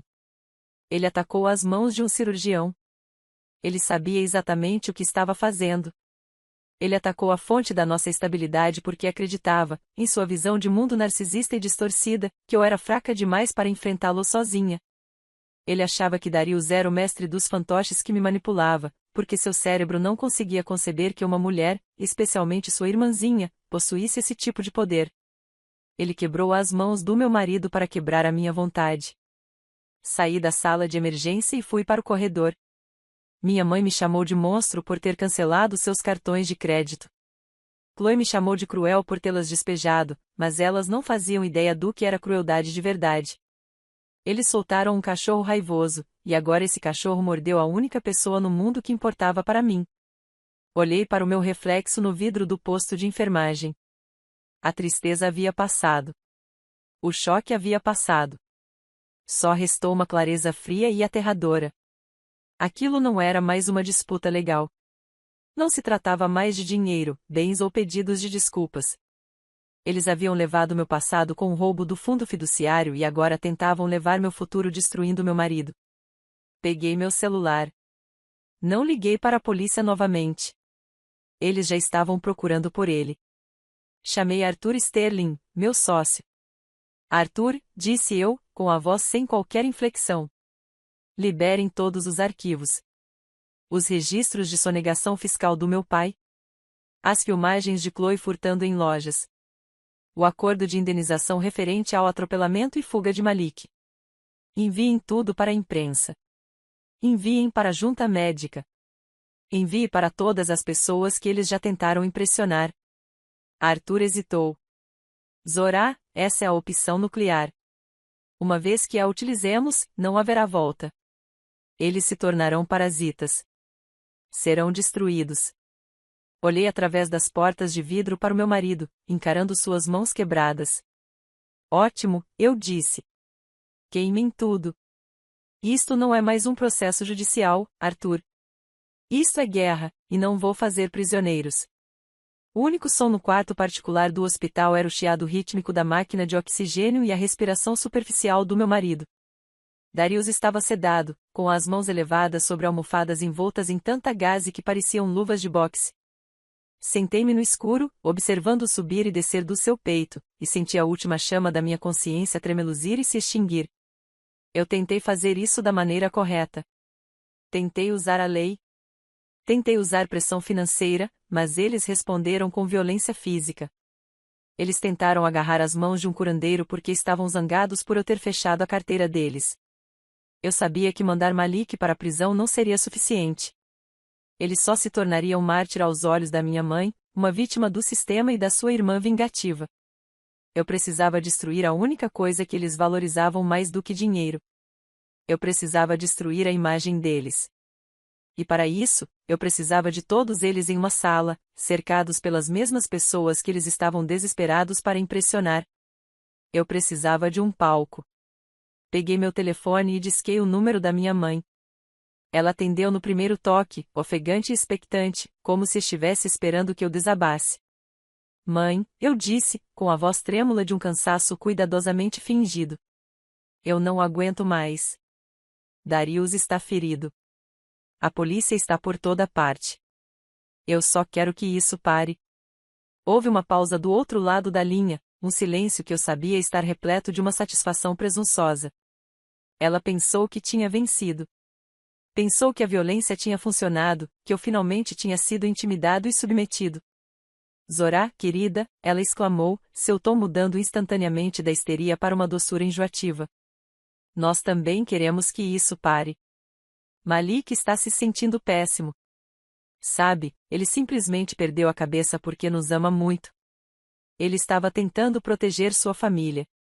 Se vocês retirarem as acusações e nos ajudarem a nos reerguer, poderemos deixar toda essa situação desagradável para trás. Fechei os olhos e engoli a bile que subia pela minha garganta. Vou retirar as acusações. Menti. Vou dizer à polícia que foi um mal-entendido e vou reativar as contas. Mas preciso de algo de você. Preciso ter a certeza de que somos realmente uma família novamente. Preciso de um pedido público de desculpas, não apenas por mim, mas para mostrar à comunidade que estamos unidos. Os boatos estão destruindo meu negócio. Mãe, preciso de um grande evento, uma celebração onde possamos mostrar a todos que os Wilson são sólidos. Eu quase conseguia ouvir as engrenagens girando em sua cabeça. Ela não ouviu minha dor. Ela ouviu uma oportunidade. Ela ouviu falar em uma oportunidade de voltar a ser o centro das atenções e recuperar seu lugar na sociedade de Atlanta.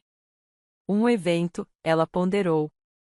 Bem, Chloe está com cerca de 5 meses agora. Íamos fazer um jantar pequeno, mas talvez possamos transformar em algo maior. Uma festa de revelação de gênero. Todo mundo está fazendo. Seria a maneira perfeita de reunir a família e dar as boas-vindas à nova geração. Foi perfeito. Tão perfeito que chegou a ser poético. Uma revelação de gênero para um bebê que eu sabia, através do resultado do teste de paternidade que me ocupava os arquivos digitais, que não era do meu irmão. Isso parece maravilhoso, mãe. Eu disse, faça isso. Faça algo luxuoso. Não economize em nada. Quero todos lá, o bispo, os sócios, os vizinhos, todos que viram o guincho levar o carro. Quero que eles nos vejam felizes. Vou te reembolsar tudo no dia da festa. É só me trazer os recibos. Desliguei o telefone e fui até a janela, olhando para o horizonte de Atlanta. Eu sabia exatamente o que eles fariam. Eles não tinham dinheiro. O crédito deles estava arruinado. Mas a promessa do meu reembolso, a promessa de que a galinha dos ovos de ouro estava de volta, os tornaria imprudentes. Eles recorreriam a agiotas. Implorariam, pediriam emprestado e roubariam para dar essa festa. Eles cavariam um buraco financeiro tão fundo do qual jamais conseguiriam sair, tudo por causa de uma festa que terminaria em sua ruína total. Nos 3 dias seguintes, assisti ao desastre em câmera lenta através das atualizações do meu investigador particular. Meus pais fizeram um empréstimo com garantia de um carro que nem sequer era deles por completo. Malik saiu do esconderijo achando que estava livre de problemas e pegou dinheiro emprestado de outro grupo de agiotas, prometendo-lhes o dobro do valor assim que sua irmã pagasse. Chloe reservou o Starlight Ballroom no Hotel Intercontinental, um local onde só para abrir as portas custa $30.000. Eles encomendaram arranjos florais personalizados, um bolo de 5 andares e uma queima de fogos de artifício para a revelação. Eles estavam gastando dinheiro que não existia, confiando na promessa de uma mulher que haviam abusado durante uma década. Eles estavam tão cegos pela própria ganância e pela necessidade desesperada de validação, que nunca pararam para perguntar por que os perdoaria tão facilmente. Eles nunca pararam para pensar que a irmã que os expulsou pudesse ter uma definição diferente de reunião familiar. O convite chegou por e-mail 24 horas depois. Era lindamente decorado com folhas de ouro e fitas rosa e azuis. O legado da família Wilson continua a crescer. A mensagem dizia: junte-se a nós para uma celebração da vida, do amor e do perdão. Fiquei olhando para a tela, para a foto sorridente de Malik e Chloe, que pareciam um casal perfeito. Eles não faziam ideia de que eu não estava ali para celebrar um nascimento. Eu estava ali para dar continuidade a um legado. A armadilha estava armada e eles caíram nela direitinho, sorrindo o tempo todo. Eu precisava de um último prego no caixão. Mandar meu irmão para a prisão por fraude e meus pais para o asilo por roubo foi justiça, mas não foi destruição total. Para desmantelar verdadeiramente a família Wilson, eu precisava atingir o cerne de sua nova obsessão, o legado, o bebê. Eles depositavam todas as suas esperanças nessa criança, tratando Chloe como um instrumento para sua redenção. Eles acreditavam que esse bebê garantiria a continuidade da linhagem deles e, mais importante, asseguraria meu apoio financeiro. Eu suspeitava que a cronologia da gravidez de Chloe não coincidia com sua repentina devoção a Malik. Então, decidi investir um pouco em ciência para confirmar minha hipótese. Liguei para o Sr. Vance, meu investigador particular, e lhe dei 2 tarefas. A primeira foi fácil. Malik era desleixado. Ele estava escondido num carro alugado barato, tentando evitar os tubarões solitários de quem tinha pegado o carro emprestado para a festa. Vance o seguiu até um posto de gasolina e o observou jogar uma garrafa de água meio vazia em uma lata de lixo. Depois de um par de luvas de látex e um saco de prova selado, tínhamos o DNA de Malik. A segunda tarefa exigiu um pouco mais de sutileza. Eu não podia simplesmente agarrar uma mulher grávida e roubar uma amostra. Então, usei a ganância delas contra elas. Liguei para Chloe e disse a ela que, como parte do meu gesto de paz, eu queria criar um fundo fiduciário de $1 milhão para o bebê. Eu disse a ela que o banco exigia um exame genético pré-natal padrão não invasivo para finalizar a documentação. Era mentira, claro, mas mentira envolta em dinheiro é a única linguagem que Chloe fala. Ela nem hesitou. Me mandou sua localização imediatamente. Enviei um farmacêutico, que na verdade era meu funcionário, ao quarto de hotel dela. Ele coletou a amostra de sangue, sorriu profissionalmente e a levou diretamente para um laboratório particular que eu havia contratado. Os resultados foram entregues rapidamente. Paguei o triplo para recebê-los em 24 horas. A festa de revelação do sexo do bebê estava marcada para sábado à noite. Na sexta-feira à noite, às 19h30, eu estava sentado no meu escritório. As luzes da cidade de Atlanta se misturavam com a chuva que batia na janela quando meu e-mail tocou. O assunto do e-mail era simples: análise de paternidade, caso número 4920. Cliquei em abrir arquivo. Meu coração batia em um ritmo lento e constante. Passei pela linguagem técnica, pelos marcadores e pelos alalas até chegar ao resumo no final da página. A probabilidade de paternidade era de 0,00%. Recostei-me na minha poltrona de couro e soltei um suspiro que nem sabia que estava aprendendo. Não era mais apenas uma suspeita. Era um fato. O bebê pelo qual meus pais estavam hipotecando suas almas para celebrar, a criança pela qual Malik estava arriscando a vida para sustentar, não era dele. Chloe havia enganado todos eles. Ela encontrou uma família desesperada e se apegou a eles, na esperança de lucrar antes que a verdade viesse à tona. Ela se achava mais esperta que todo mundo na sala. Ela se esqueceu que eu estava lá. Imprimi o documento. O papel parecia pesado na minha mão, quase vibrando com o potencial de devastação que continha. Essa simples folha de papel iria transformar a celebração deles em um massacre. Observei o convite que me enviaram. O legado da família Wilson continua a crescer. Tracei as letras douradas com o dedo. Amanhã à noite, eles estariam em um palco cercados pela elite de Atlanta, esperando que confetes rosa ou azuis caíssem sobre eles. Eles esperavam um milagre. Eu ia dar-lhes um massacre. Dobrei o papel e o coloquei no bolso interno do meu blazer. Caminhei até o espelho no meu escritório e conferi meu reflexo. Meu rosto estava sereno. Meus olhos, frios. O espetáculo acabou, sussurrei para a sala vazia. É hora dos agradecimentos finais. O salão Starlight do Hotel Intercontinental vibrava com aquele tipo de energia frenética que só existe quando as pessoas gastam dinheiro que não têm. Meus pais se superaram. Havia arranjos de cristal em todas as mesas, imponentes composições de hortênsias brancas e rosas cor-de-rosa e azuis que custavam mais do que a prestação média de uma hipoteca. Um quarteto de cordas tocava jazz suave num canto perto da fonte de champanhe. Os convidados eram a nata da Sociedade Negra de Atlanta. O bispo estava lá, segurando uma taça de cidra espumante. Os vereadores que meu pai tentava conquistar há anos estavam confraternizando perto do buffet. Até mesmo os vizinhos que haviam filmado o despejo estavam presentes, atraídos pela promessa de bebida grátis e pelo espetáculo de uma ressurreição familiar. Cheguei com 20 minutos de atraso. O timing é tudo. Saí de um carro alugado, não do meu Honda, vestindo um longo vestido carmesim que me caía como uma segunda pele. Eu queria parecer sangue. Eu queria parecer perigo. Ao atravessar as portas duplas, o silêncio que pairava sobre o cômodo era palpável. Todos tinham visto os vídeos do TikTok. Todos tinham visto os blogs. Estavam esperando uma briga. Em vez disso, encontraram uma rainha. Minha mãe, Bernice, foi a primeira a me ver. Ela estava usando um vestido dourado de lantejoulas um número menor e um sorriso 3 números maior do que o necessário. Zorá, meu amor, ela exclamou, atravessando o quarto correndo com os braços abertos. Você conseguiu. Estávamos tão preocupados que você se atrasasse no trabalho.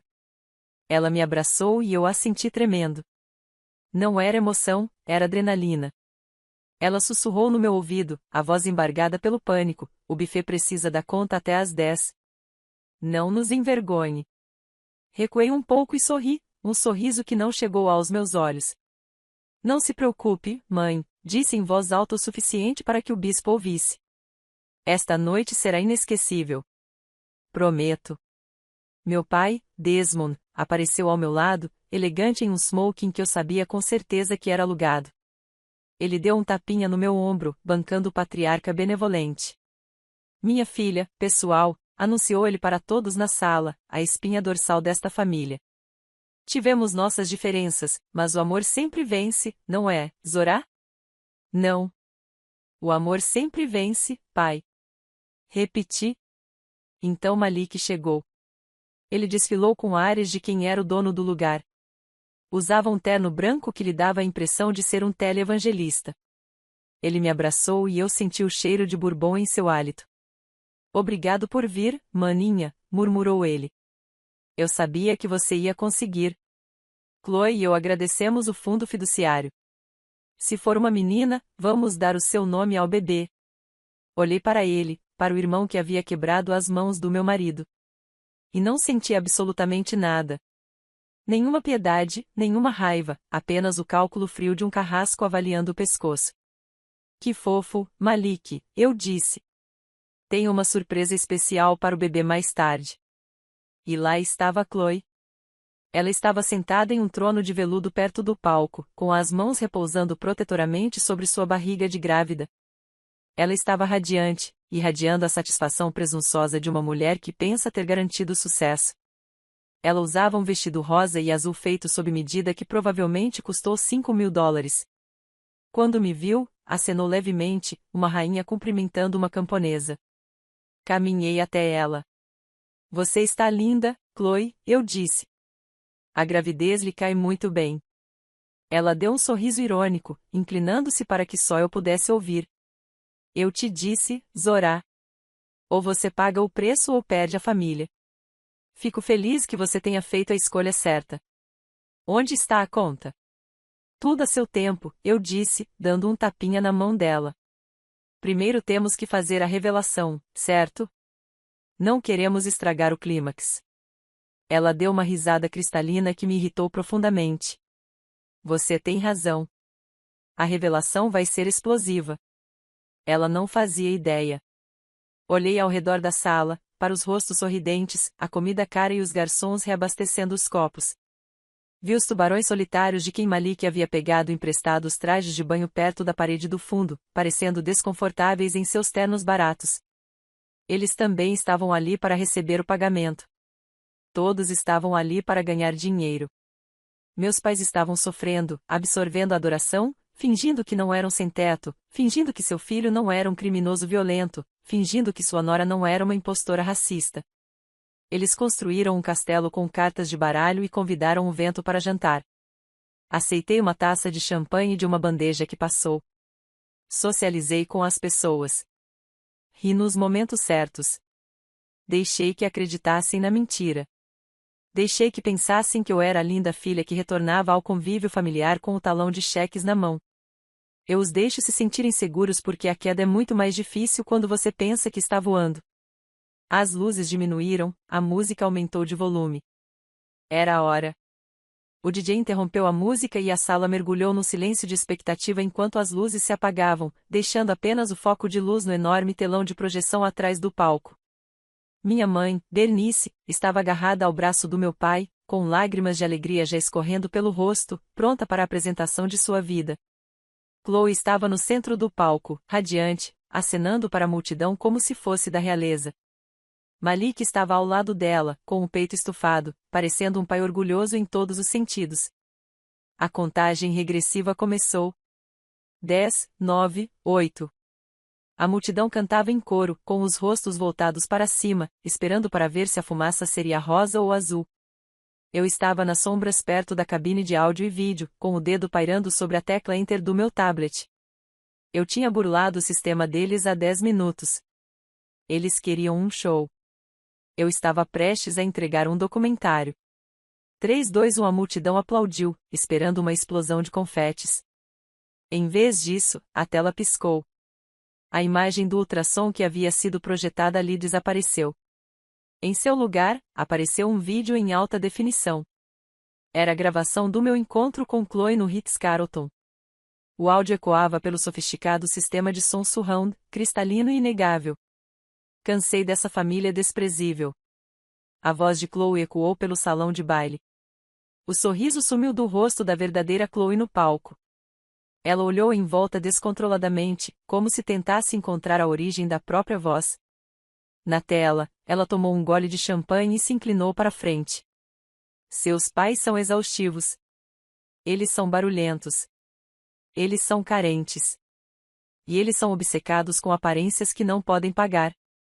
O silêncio sepulcral tomou conta do ambiente. O bispo abaixou o copo.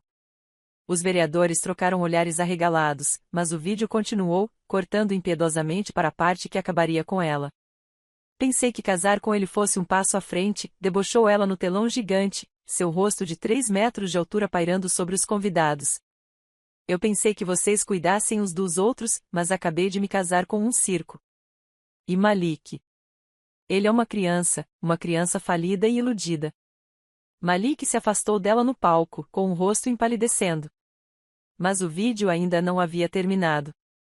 A cena mudou para um novo vídeo, uma gravação granulada de uma câmera de segurança que eu havia retirado do hotel onde ela estava se encontrando com o ex.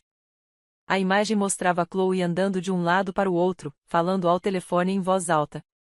Eu sei que o bebê é seu, Tyler, ela gritou no telefone, como aparecia na tela. Claro que sei. Malik acha que é o pai, mas ele é um idiota. O bebê vai ser branco, Tyler. Como é que eu vou explicar isso para a família negra idiota dele? Preciso do dinheiro da irmã dele antes que a criança nasça para podermos fugir. O suspiro que rasgou a sala sugou todo o oxigênio do ar. Foi uma reação física, um recuo coletivo. Minha mãe, Bernice, soltou um som que não era humano, um grito estrangulado de pura devastação. Ela encarava a tela onde sua nora, a mulher que ela havia escolhido em vez de sua própria filha, a chamava de estúpida e planejava fugir com um homem branco. Então, a imagem final apareceu. Era o resultado do teste de paternidade. O documento preencheu a tela, as palavras ampliadas para que todos pudessem ver. Probabilidade de paternidade, 0%. Observei das sombras enquanto a verdade se instalava no quarto como um sudário. Chloe ficou imóvel no palco, com as mãos ainda repousando sobre a barriga, mas agora elas pareciam garras. Ela olhou para a multidão, para o mar de rostos que a admiravam segundos antes, e só viu repulsa. Ela olhou para meus pais, que a encaravam com os olhos vazios de pessoas que acabaram de perceber que venderam suas almas por ouro de tolo. Então ela olhou para Malik. Meu irmão estava tremendo. Ele vibrava com uma raiva tão intensa que eu conseguia senti-la do outro lado da sala. A humilhação foi total. Ele não era pai. Ele não era marido. Ele era um alvo. Um alvo de piadas. O queridinho tinha sido feito de bobo diante de toda a cidade de Atlanta. Você mentiu, sussurrou Malik. Mas o microfone captou a sua voz, amplificando-a. Você mentiu sobre tudo. Chloe entrou em pânico. Malik, me escuta. Ela gaguejou, recuando, com os saltos presos no tapete do palco. É tudo mentira. Zorá inventou tudo. Ela usou inteligência artificial. Ela está tentando nos arruinar. Não minta para mim. Malik rugiu. Ele avançou. Tudo aconteceu tão rápido que os seguranças mal tiveram tempo de reagir. Ele a atacou não com a graça de um amante, mas com a fúria de um homem que não tem mais nada a perder. Eles se chocaram contra a mesa onde estava o bolo de revelação de gênero, espalhando camadas de glacê e pasta americana. A multidão gritou e recuou em pânico quando Malik a agarrou pelos ombros, sacudindo-a violentamente enquanto ela gritava obscenidades que ecoavam pelo teto abobadado. Foi um caos. Foi violência. Foi o fim da transmissão ao vivo do Wilson Legacy para a elite de Atlanta. E eu fiquei ali parado, assistindo ao castelo de cartas desmoronar, sabendo que eu era o único saindo ileso dos escombros. A equipe de segurança finalmente conseguiu separar meu irmão de sua esposa grávida, mas o estrago já estava feito.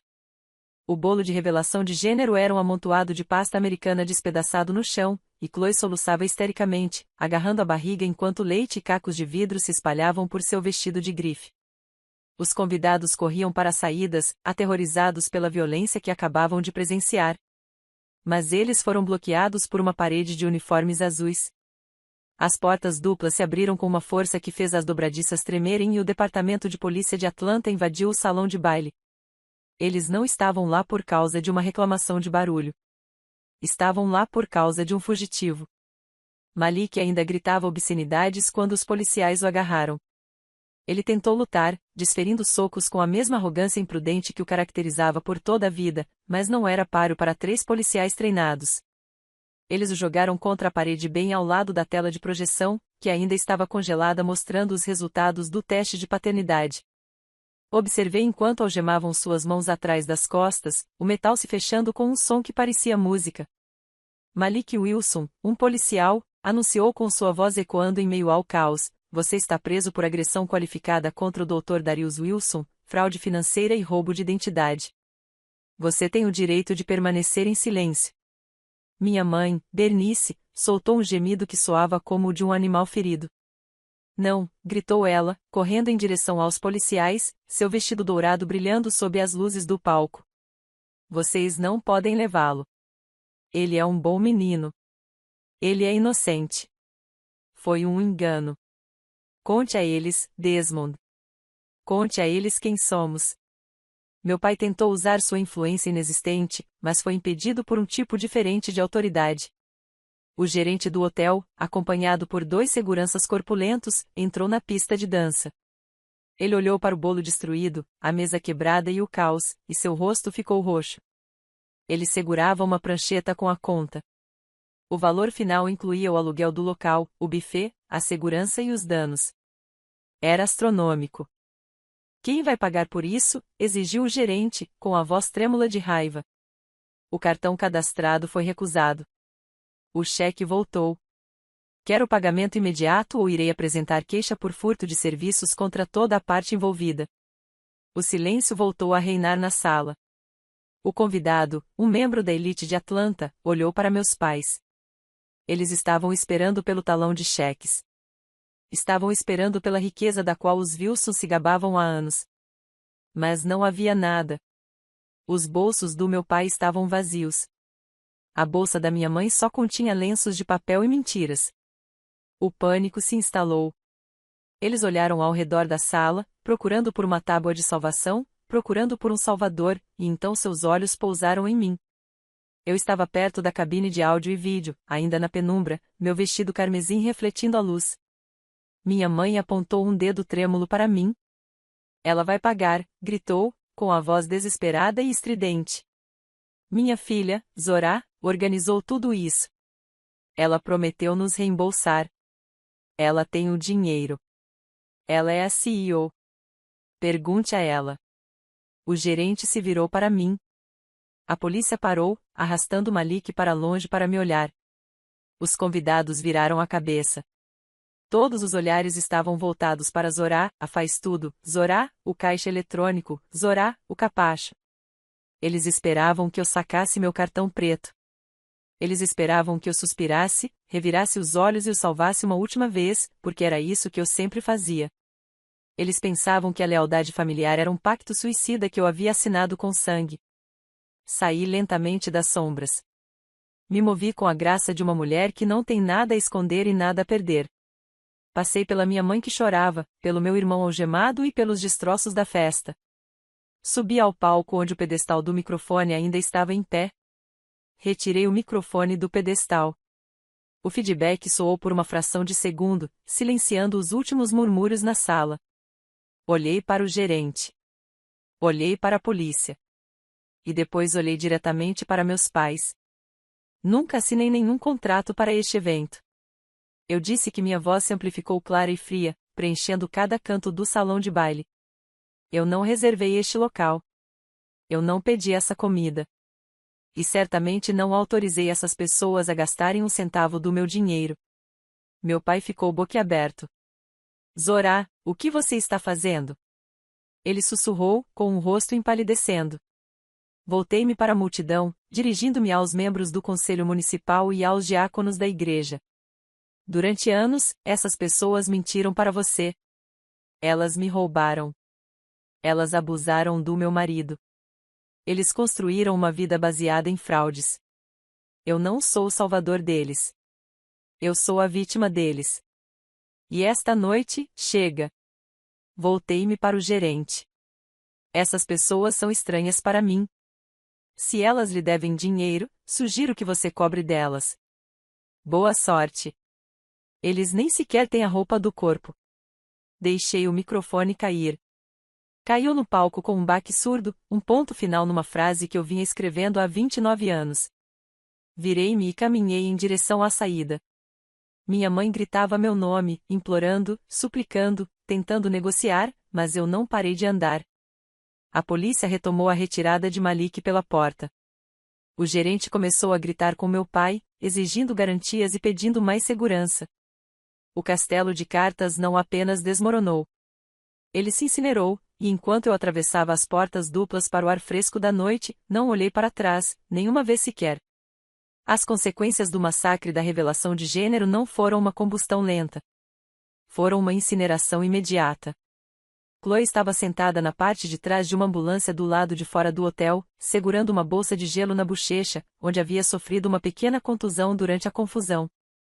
Foi apenas um arranhão, mas para Chloe, foi um bilhete para se tornar vítima. Ela viu as luzes piscando e a multidão se formando, e seu instinto foi o de se exibir. Ela pegou o celular, as mãos tremendo o suficiente para parecer dramática, e começou uma transmissão ao vivo. Ela lamentava-se por ser uma mulher espancada, por seu marido ser um monstro e por mal ter escapado com vida, tanto a sua quanto a do bebê que esperava. Ela esperava compaixão. Ela esperava que a internet se mobilizasse em torno de sua fragilidade branca e enviasse doações. Ela esperava ser a heroína da sua própria tragédia, mas havia esquecido um detalhe crucial. Eu havia reproduzido a gravação. O áudio com seus insultos racistas, ela chamando minha família de lixo, sua admissão de que o bebê era um peão, esses trechos de áudio já haviam viralizado antes mesmo da polícia algemar Malik. Enquanto ela chorava em frente à câmera, a sessão de comentários se transformou em um verdadeiro massacre. Não havia compaixão. Só havia raiva. Usuários estavam republicando os vídeos dela usando o termo racista nigera no saguão do hotel. Eles estavam sobrepondo a foto dela chorando às suas exigências gananciosas de $500.000. As marcas que lhe enviaram leggings e kits de clareamento dental gratuitos emitiram comunicados públicos, repudiando-a em questão de minutos.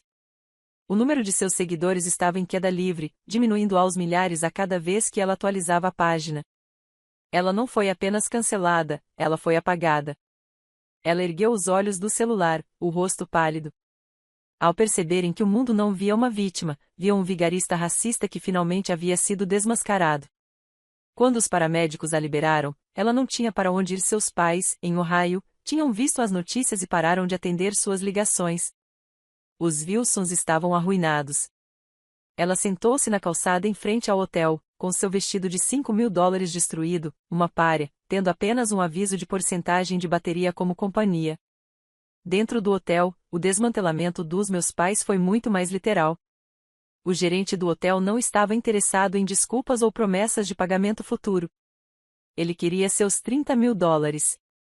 A polícia estava de prontidão, pronta para acrescentar furto de serviços à lista de acusações daquela noite. Meu pai, Desmond, tentou se impor, tentou usar sua voz de diácono para exigir respeito, mas sua autoridade evaporou no momento em que saí daquele palco. O gerente ameaçou prendê-los imediatamente caso não apresentassem garantias. Foi uma cena lamentável. Minha mãe, Bernice, soluçando baixinho, teve que tirar sua aliança de casamento de diamantes do dedo. Era o anel que ela exibia na minha cara há anos, o símbolo do seu status, a prova de que ela era melhor do que as mães solteiras da vizinhança. Ela me entregou o objeto, com a mão tremendo violentamente. Meu pai teve que abrir mão de seu relógio de ouro e dos botões de punho de diamante que havia comprado com cartões de crédito em meu nome. Eles esvaziaram os bolsos. Esvaziaram as bolsas. Despojaram-se de todo o símbolo da riqueza que fingiam possuir. O gerente pegou tudo, fez um recibo que basicamente dizia que o pagamento havia sido feito integralmente mediante humilhação e mandou que eles saíssem da propriedade. Eles saíram do hotel carregando apenas a vergonha. Não tinham carro porque eu o havia retomado. Eles não tinham casa porque eu os havia despejado. Eles não tinham dinheiro porque suas contas estavam bloqueadas.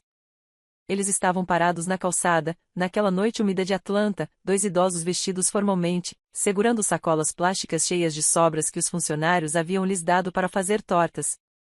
Eles ligaram para velhos amigos, mas ninguém atendeu. Ligaram para membros da mesma igreja, mas a ligação caiu. Eles eram radioativos. Naquela noite, eles dormiram em um banco no Centennial Park, com o horizonte reluzente da cidade que pensavam ser sua zombando deles lá de cima. Eles estavam oficialmente sem teto, não por causa de uma tragédia, mas por causa de sua própria arrogância. Mas o destino mais sombrio estava reservado para Malik. Ele estava sentado em uma sala de interrogatório na delegacia, as luzes fluorescentes emitindo um zumbido de desgraça iminente. Ele esperava ser libertado sob fiança. Esperava que sua mãe entrasse correndo com um advogado. Ele esperava que eu me sentisse culpado e retirou as acusações. Ele esperou por horas, mas a porta nunca se abriu. Quando sua defensora pública finalmente chegou, ela não trouxe boas notícias. Ela trouxe uma pasta repleta de provas. Ela explicou tudo para ele. A agressão a um cirurgião, que acarretava uma pena mínima obrigatória devido à gravidade da lesão, a fraude de $50.000 contra os investidores solitários, o roubo de identidade. Mas aí ela deu o golpe final. Colocou sobre a mesa o processo reaberto do atropelamento com fuga ocorrido há 10 anos. O prazo de prescrição não havia expirado devido à natureza fraudulenta do acordo que eu havia exposto. O promotor não estava buscando um acordo. Ele queria dar um exemplo. Ele estava olhando para um homem que havia levado a vida às custas da irmã e com a condescendência dos pais. E ele decidiu que era hora de cobrar a conta. Malik olhou as fotos do acidente de carro que havia causado. Ele olhou para as fotos das mãos quebradas de Darius. Olhou para o teste de paternidade que comprovava que sua esposa o havia enganado. A fachada de garoto prodígio desmoronou. Ele percebeu que não havia ninguém para salvá-lo. Nenhum cheque seria emitido. Nenhuma influência seria exercida. Ele desabou, não com remorso, mas com o choro apavorado de uma criança que percebe que as luzes estão se apagando. O acordo judicial previa uma pena de 10 anos. 10 anos em um presídio estadual onde seu sobrenome não significava nada e seu charme, menos ainda. Ele assinou os papéis com as mãos trêmulas, chorando pela mãe, que naquele momento brigava com um gato de rua por um lugar em um banco de parque. As peças do dominó não apenas caíram, elas se esmagaram completamente.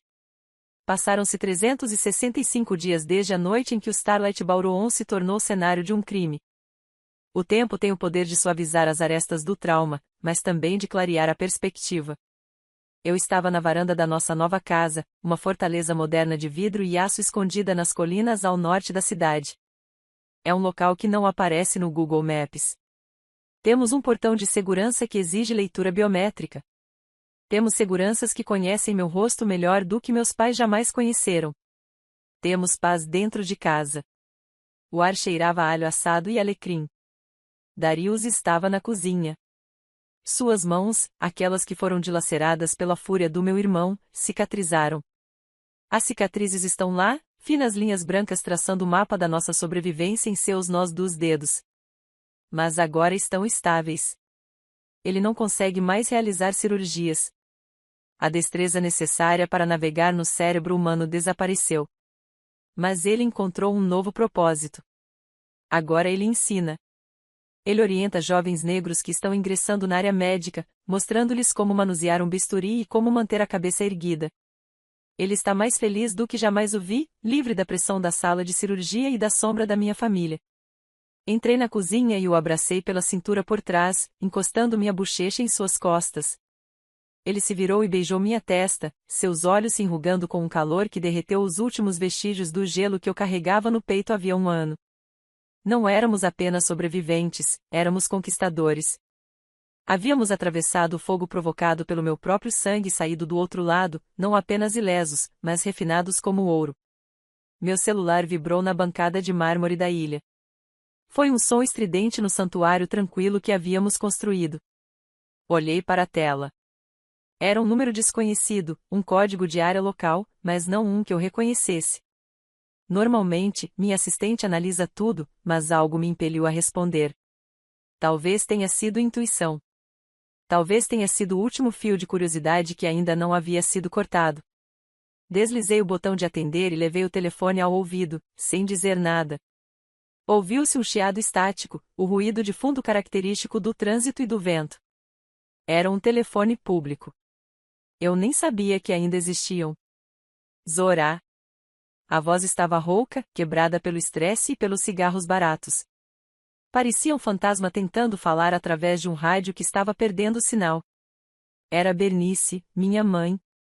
Eu não disse nada. Simplesmente me encostei no balcão e ouvi. Zorá, meu bem, por favor, não desligue. Ela atropelou as palavras, em um acesso de pânico. Só me restam 2 minutos neste cartão. Estou na rodoviária de Pom. Acabei de terminar meu turno. Conseguia ouvir o cansaço na sua voz, a fadiga profunda de uma mulher que passou 12 horas de pé a empurrar um esfregão. A imagem de Bernice Wilson, a mulher que antes se recusava a usar qualquer coisa que não fosse seda, agora esfregando banheiros em uma estação de transporte público, passou pela minha mente. Deveria ter me deixado triste. Deveria ter despertado um lampejo de pena. Mas tudo o que senti foi o distanciamento frio de um historiador observando uma ruína. Preciso de ajuda, meu bem, ela soluçou. Só um pouquinho de ajuda. Seu pai está doente.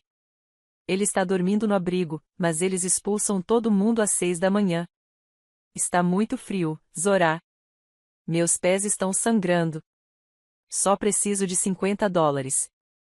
$50 para um quarto de motel por uma noite, só para podermos dormir numa cama. Só para eu poder lavar o cabelo. Por favor, Zorá. Nós somos seus pais. Nós te criamos. Isso não significa nada? $50. A mulher que roubou $250 do meu fundo fiduciário. A mulher que debitou $5.000 em um dia de spa no meu cartão enquanto eu estava no altar. A mulher que havia descartado meu amor em nome das aparências agora implorava por $50. A matemática era poética. O preço da sua dignidade tinha depreciado-se ao custo de um tanque de gasolina. Olhei para Darius. Ele havia parado de cortar. Estava me observando, com uma expressão cautelosa, pronto para intervir se eu precisasse, pronto para me proteger. Eu sorri para ele, um sorriso genuíno e suave que chegou aos meus olhos. Eu não precisava de proteção. Eu era o perigo. Não lhe disse uma palavra. Não lhe disse não. Não lhe disse porquê. Não lhe dei a satisfação da minha raiva nem o conforto da minha voz. Em vez disso, tirei o telefone da orelha. Coloquei-o sobre a bancada de mármore com a face para cima. Voltei-me para o meu marido. Peguei a taça de Cabernet Sauvignon vintage que ele havia me servido. Brindei com a taça dele. A nós, eu disse, com a voz clara e vibrante ecoando pela cozinha. A nós, respondeu Darius, com uma risada profunda e contagiante. Conversamos sobre o nosso dia. Rimos do cachorro tentando perseguir um esquilo no quintal. Conversamos sobre nossa próxima viagem a Tóquio. Preenchemos o ar com os sons de uma vida plena, vibrante e transbordante de amor. Deixamos o telefone transmitir a trilha sonora da nossa felicidade para a mulher que estava parada na sujeira de uma rodoviária. Deixei que ela ouvisse por exatamente 60 segundos. Deixei que ela ouvisse a alegria que tentará destruir. Deixei que ela ouvisse o sucesso que tentará roubar. Deixei que ela ouvisse o som de uma filha que era completa sem ela. Então, sem interromper minha conversa com Darius, estendi a mão e toquei no botão vermelho. A ligação caiu. Peguei o telefone pela última vez. Abri as configurações. Naveguei até a tela de gerenciamento da conta. Selecionei a opção para alterar meu número. Confirmei a escolha. Os dígitos que me ligavam ao passado se dissolveram no éter digital, substituídos por uma nova sequência que ela jamais conheceria, um novo código para uma nova vida. Fui até a lixeira e joguei o celular lá dentro. Funcionava perfeitamente, mas parecia contaminado. Eu queria tudo novo. Darius me observava, com os olhos cheios de compreensão. Está feito? Perguntou. Está feito, respondi. Saí novamente para a varanda, respirando o ar fresco da noite. Olhei para as estrelas, as mesmas estrelas que me viram chorar em um terminal de aeroporto há 14 anos. Quando eu era uma criança assustada, agarrada a $200 e com o coração partido, eu pensava naquela garota. Pensei em como ela havia esperado por um salvador. Pensei em como ela finalmente percebeu que o salvador era a mulher no espelho. As pessoas dizem que o sangue é mais denso que a água como se isso fosse uma verdade absoluta. Mas esquecem que o sangue também pode ser tóxico. O sangue pode transmitir doenças. O sangue pode manchar. Passei a vida tentando limpar a bagunça que minha linhagem havia feito. Mas eu já tinha terminado de lavar a roupa. Olhei para Darius parado sob a luz da nossa cozinha. O homem que quase perdeu as mãos tentando me segurar. Essa era minha família. As pessoas que permanecem quando as coisas ficam difíceis. As pessoas que te protegem quando você está fraco. As pessoas que nunca te fazem sentir como se você fosse um peso morto. Virei as costas para as luzes da cidade na direção da rodoviária, lembrando-me da mulher que pedia $50. Voltei para dentro e tranquei a porta. A fechadura fez um clique com um som definitivo. Família não é biologia. Família não é um sobrenome ou uma história compartilhada de traumas. Família são as pessoas que estão lá quando o avião pousa. Família são as pessoas que te buscam. E pela primeira vez na minha vida, eu estava exatamente onde deveria estar, em casa. A jornada de Zorá nos ensina uma verdade brutal, porém necessária: o DNA compartilhado jamais justifica abusos. Durante anos, ela confundiu apoio financeiro com amor, para só depois perceber que a verdadeira família não se define por laços de sangue, mas sim por lealdade e respeito. Precisamos entender que estabelecer limites não é um ato de crueldade. É a forma suprema de autopreservação. Quando parentes tóxicos ameaçam sua paz, seu sustento ou sua segurança, ir embora não é abandono. É sobrevivência. Seu valor é inerente, não algo que você precisa comprar de pessoas que só te enxergam como um recurso. Se você acredita que família é quem aparece quando o avião pousa, clique no botão curtir e inscreva-se para mais histórias de resiliência e justiça.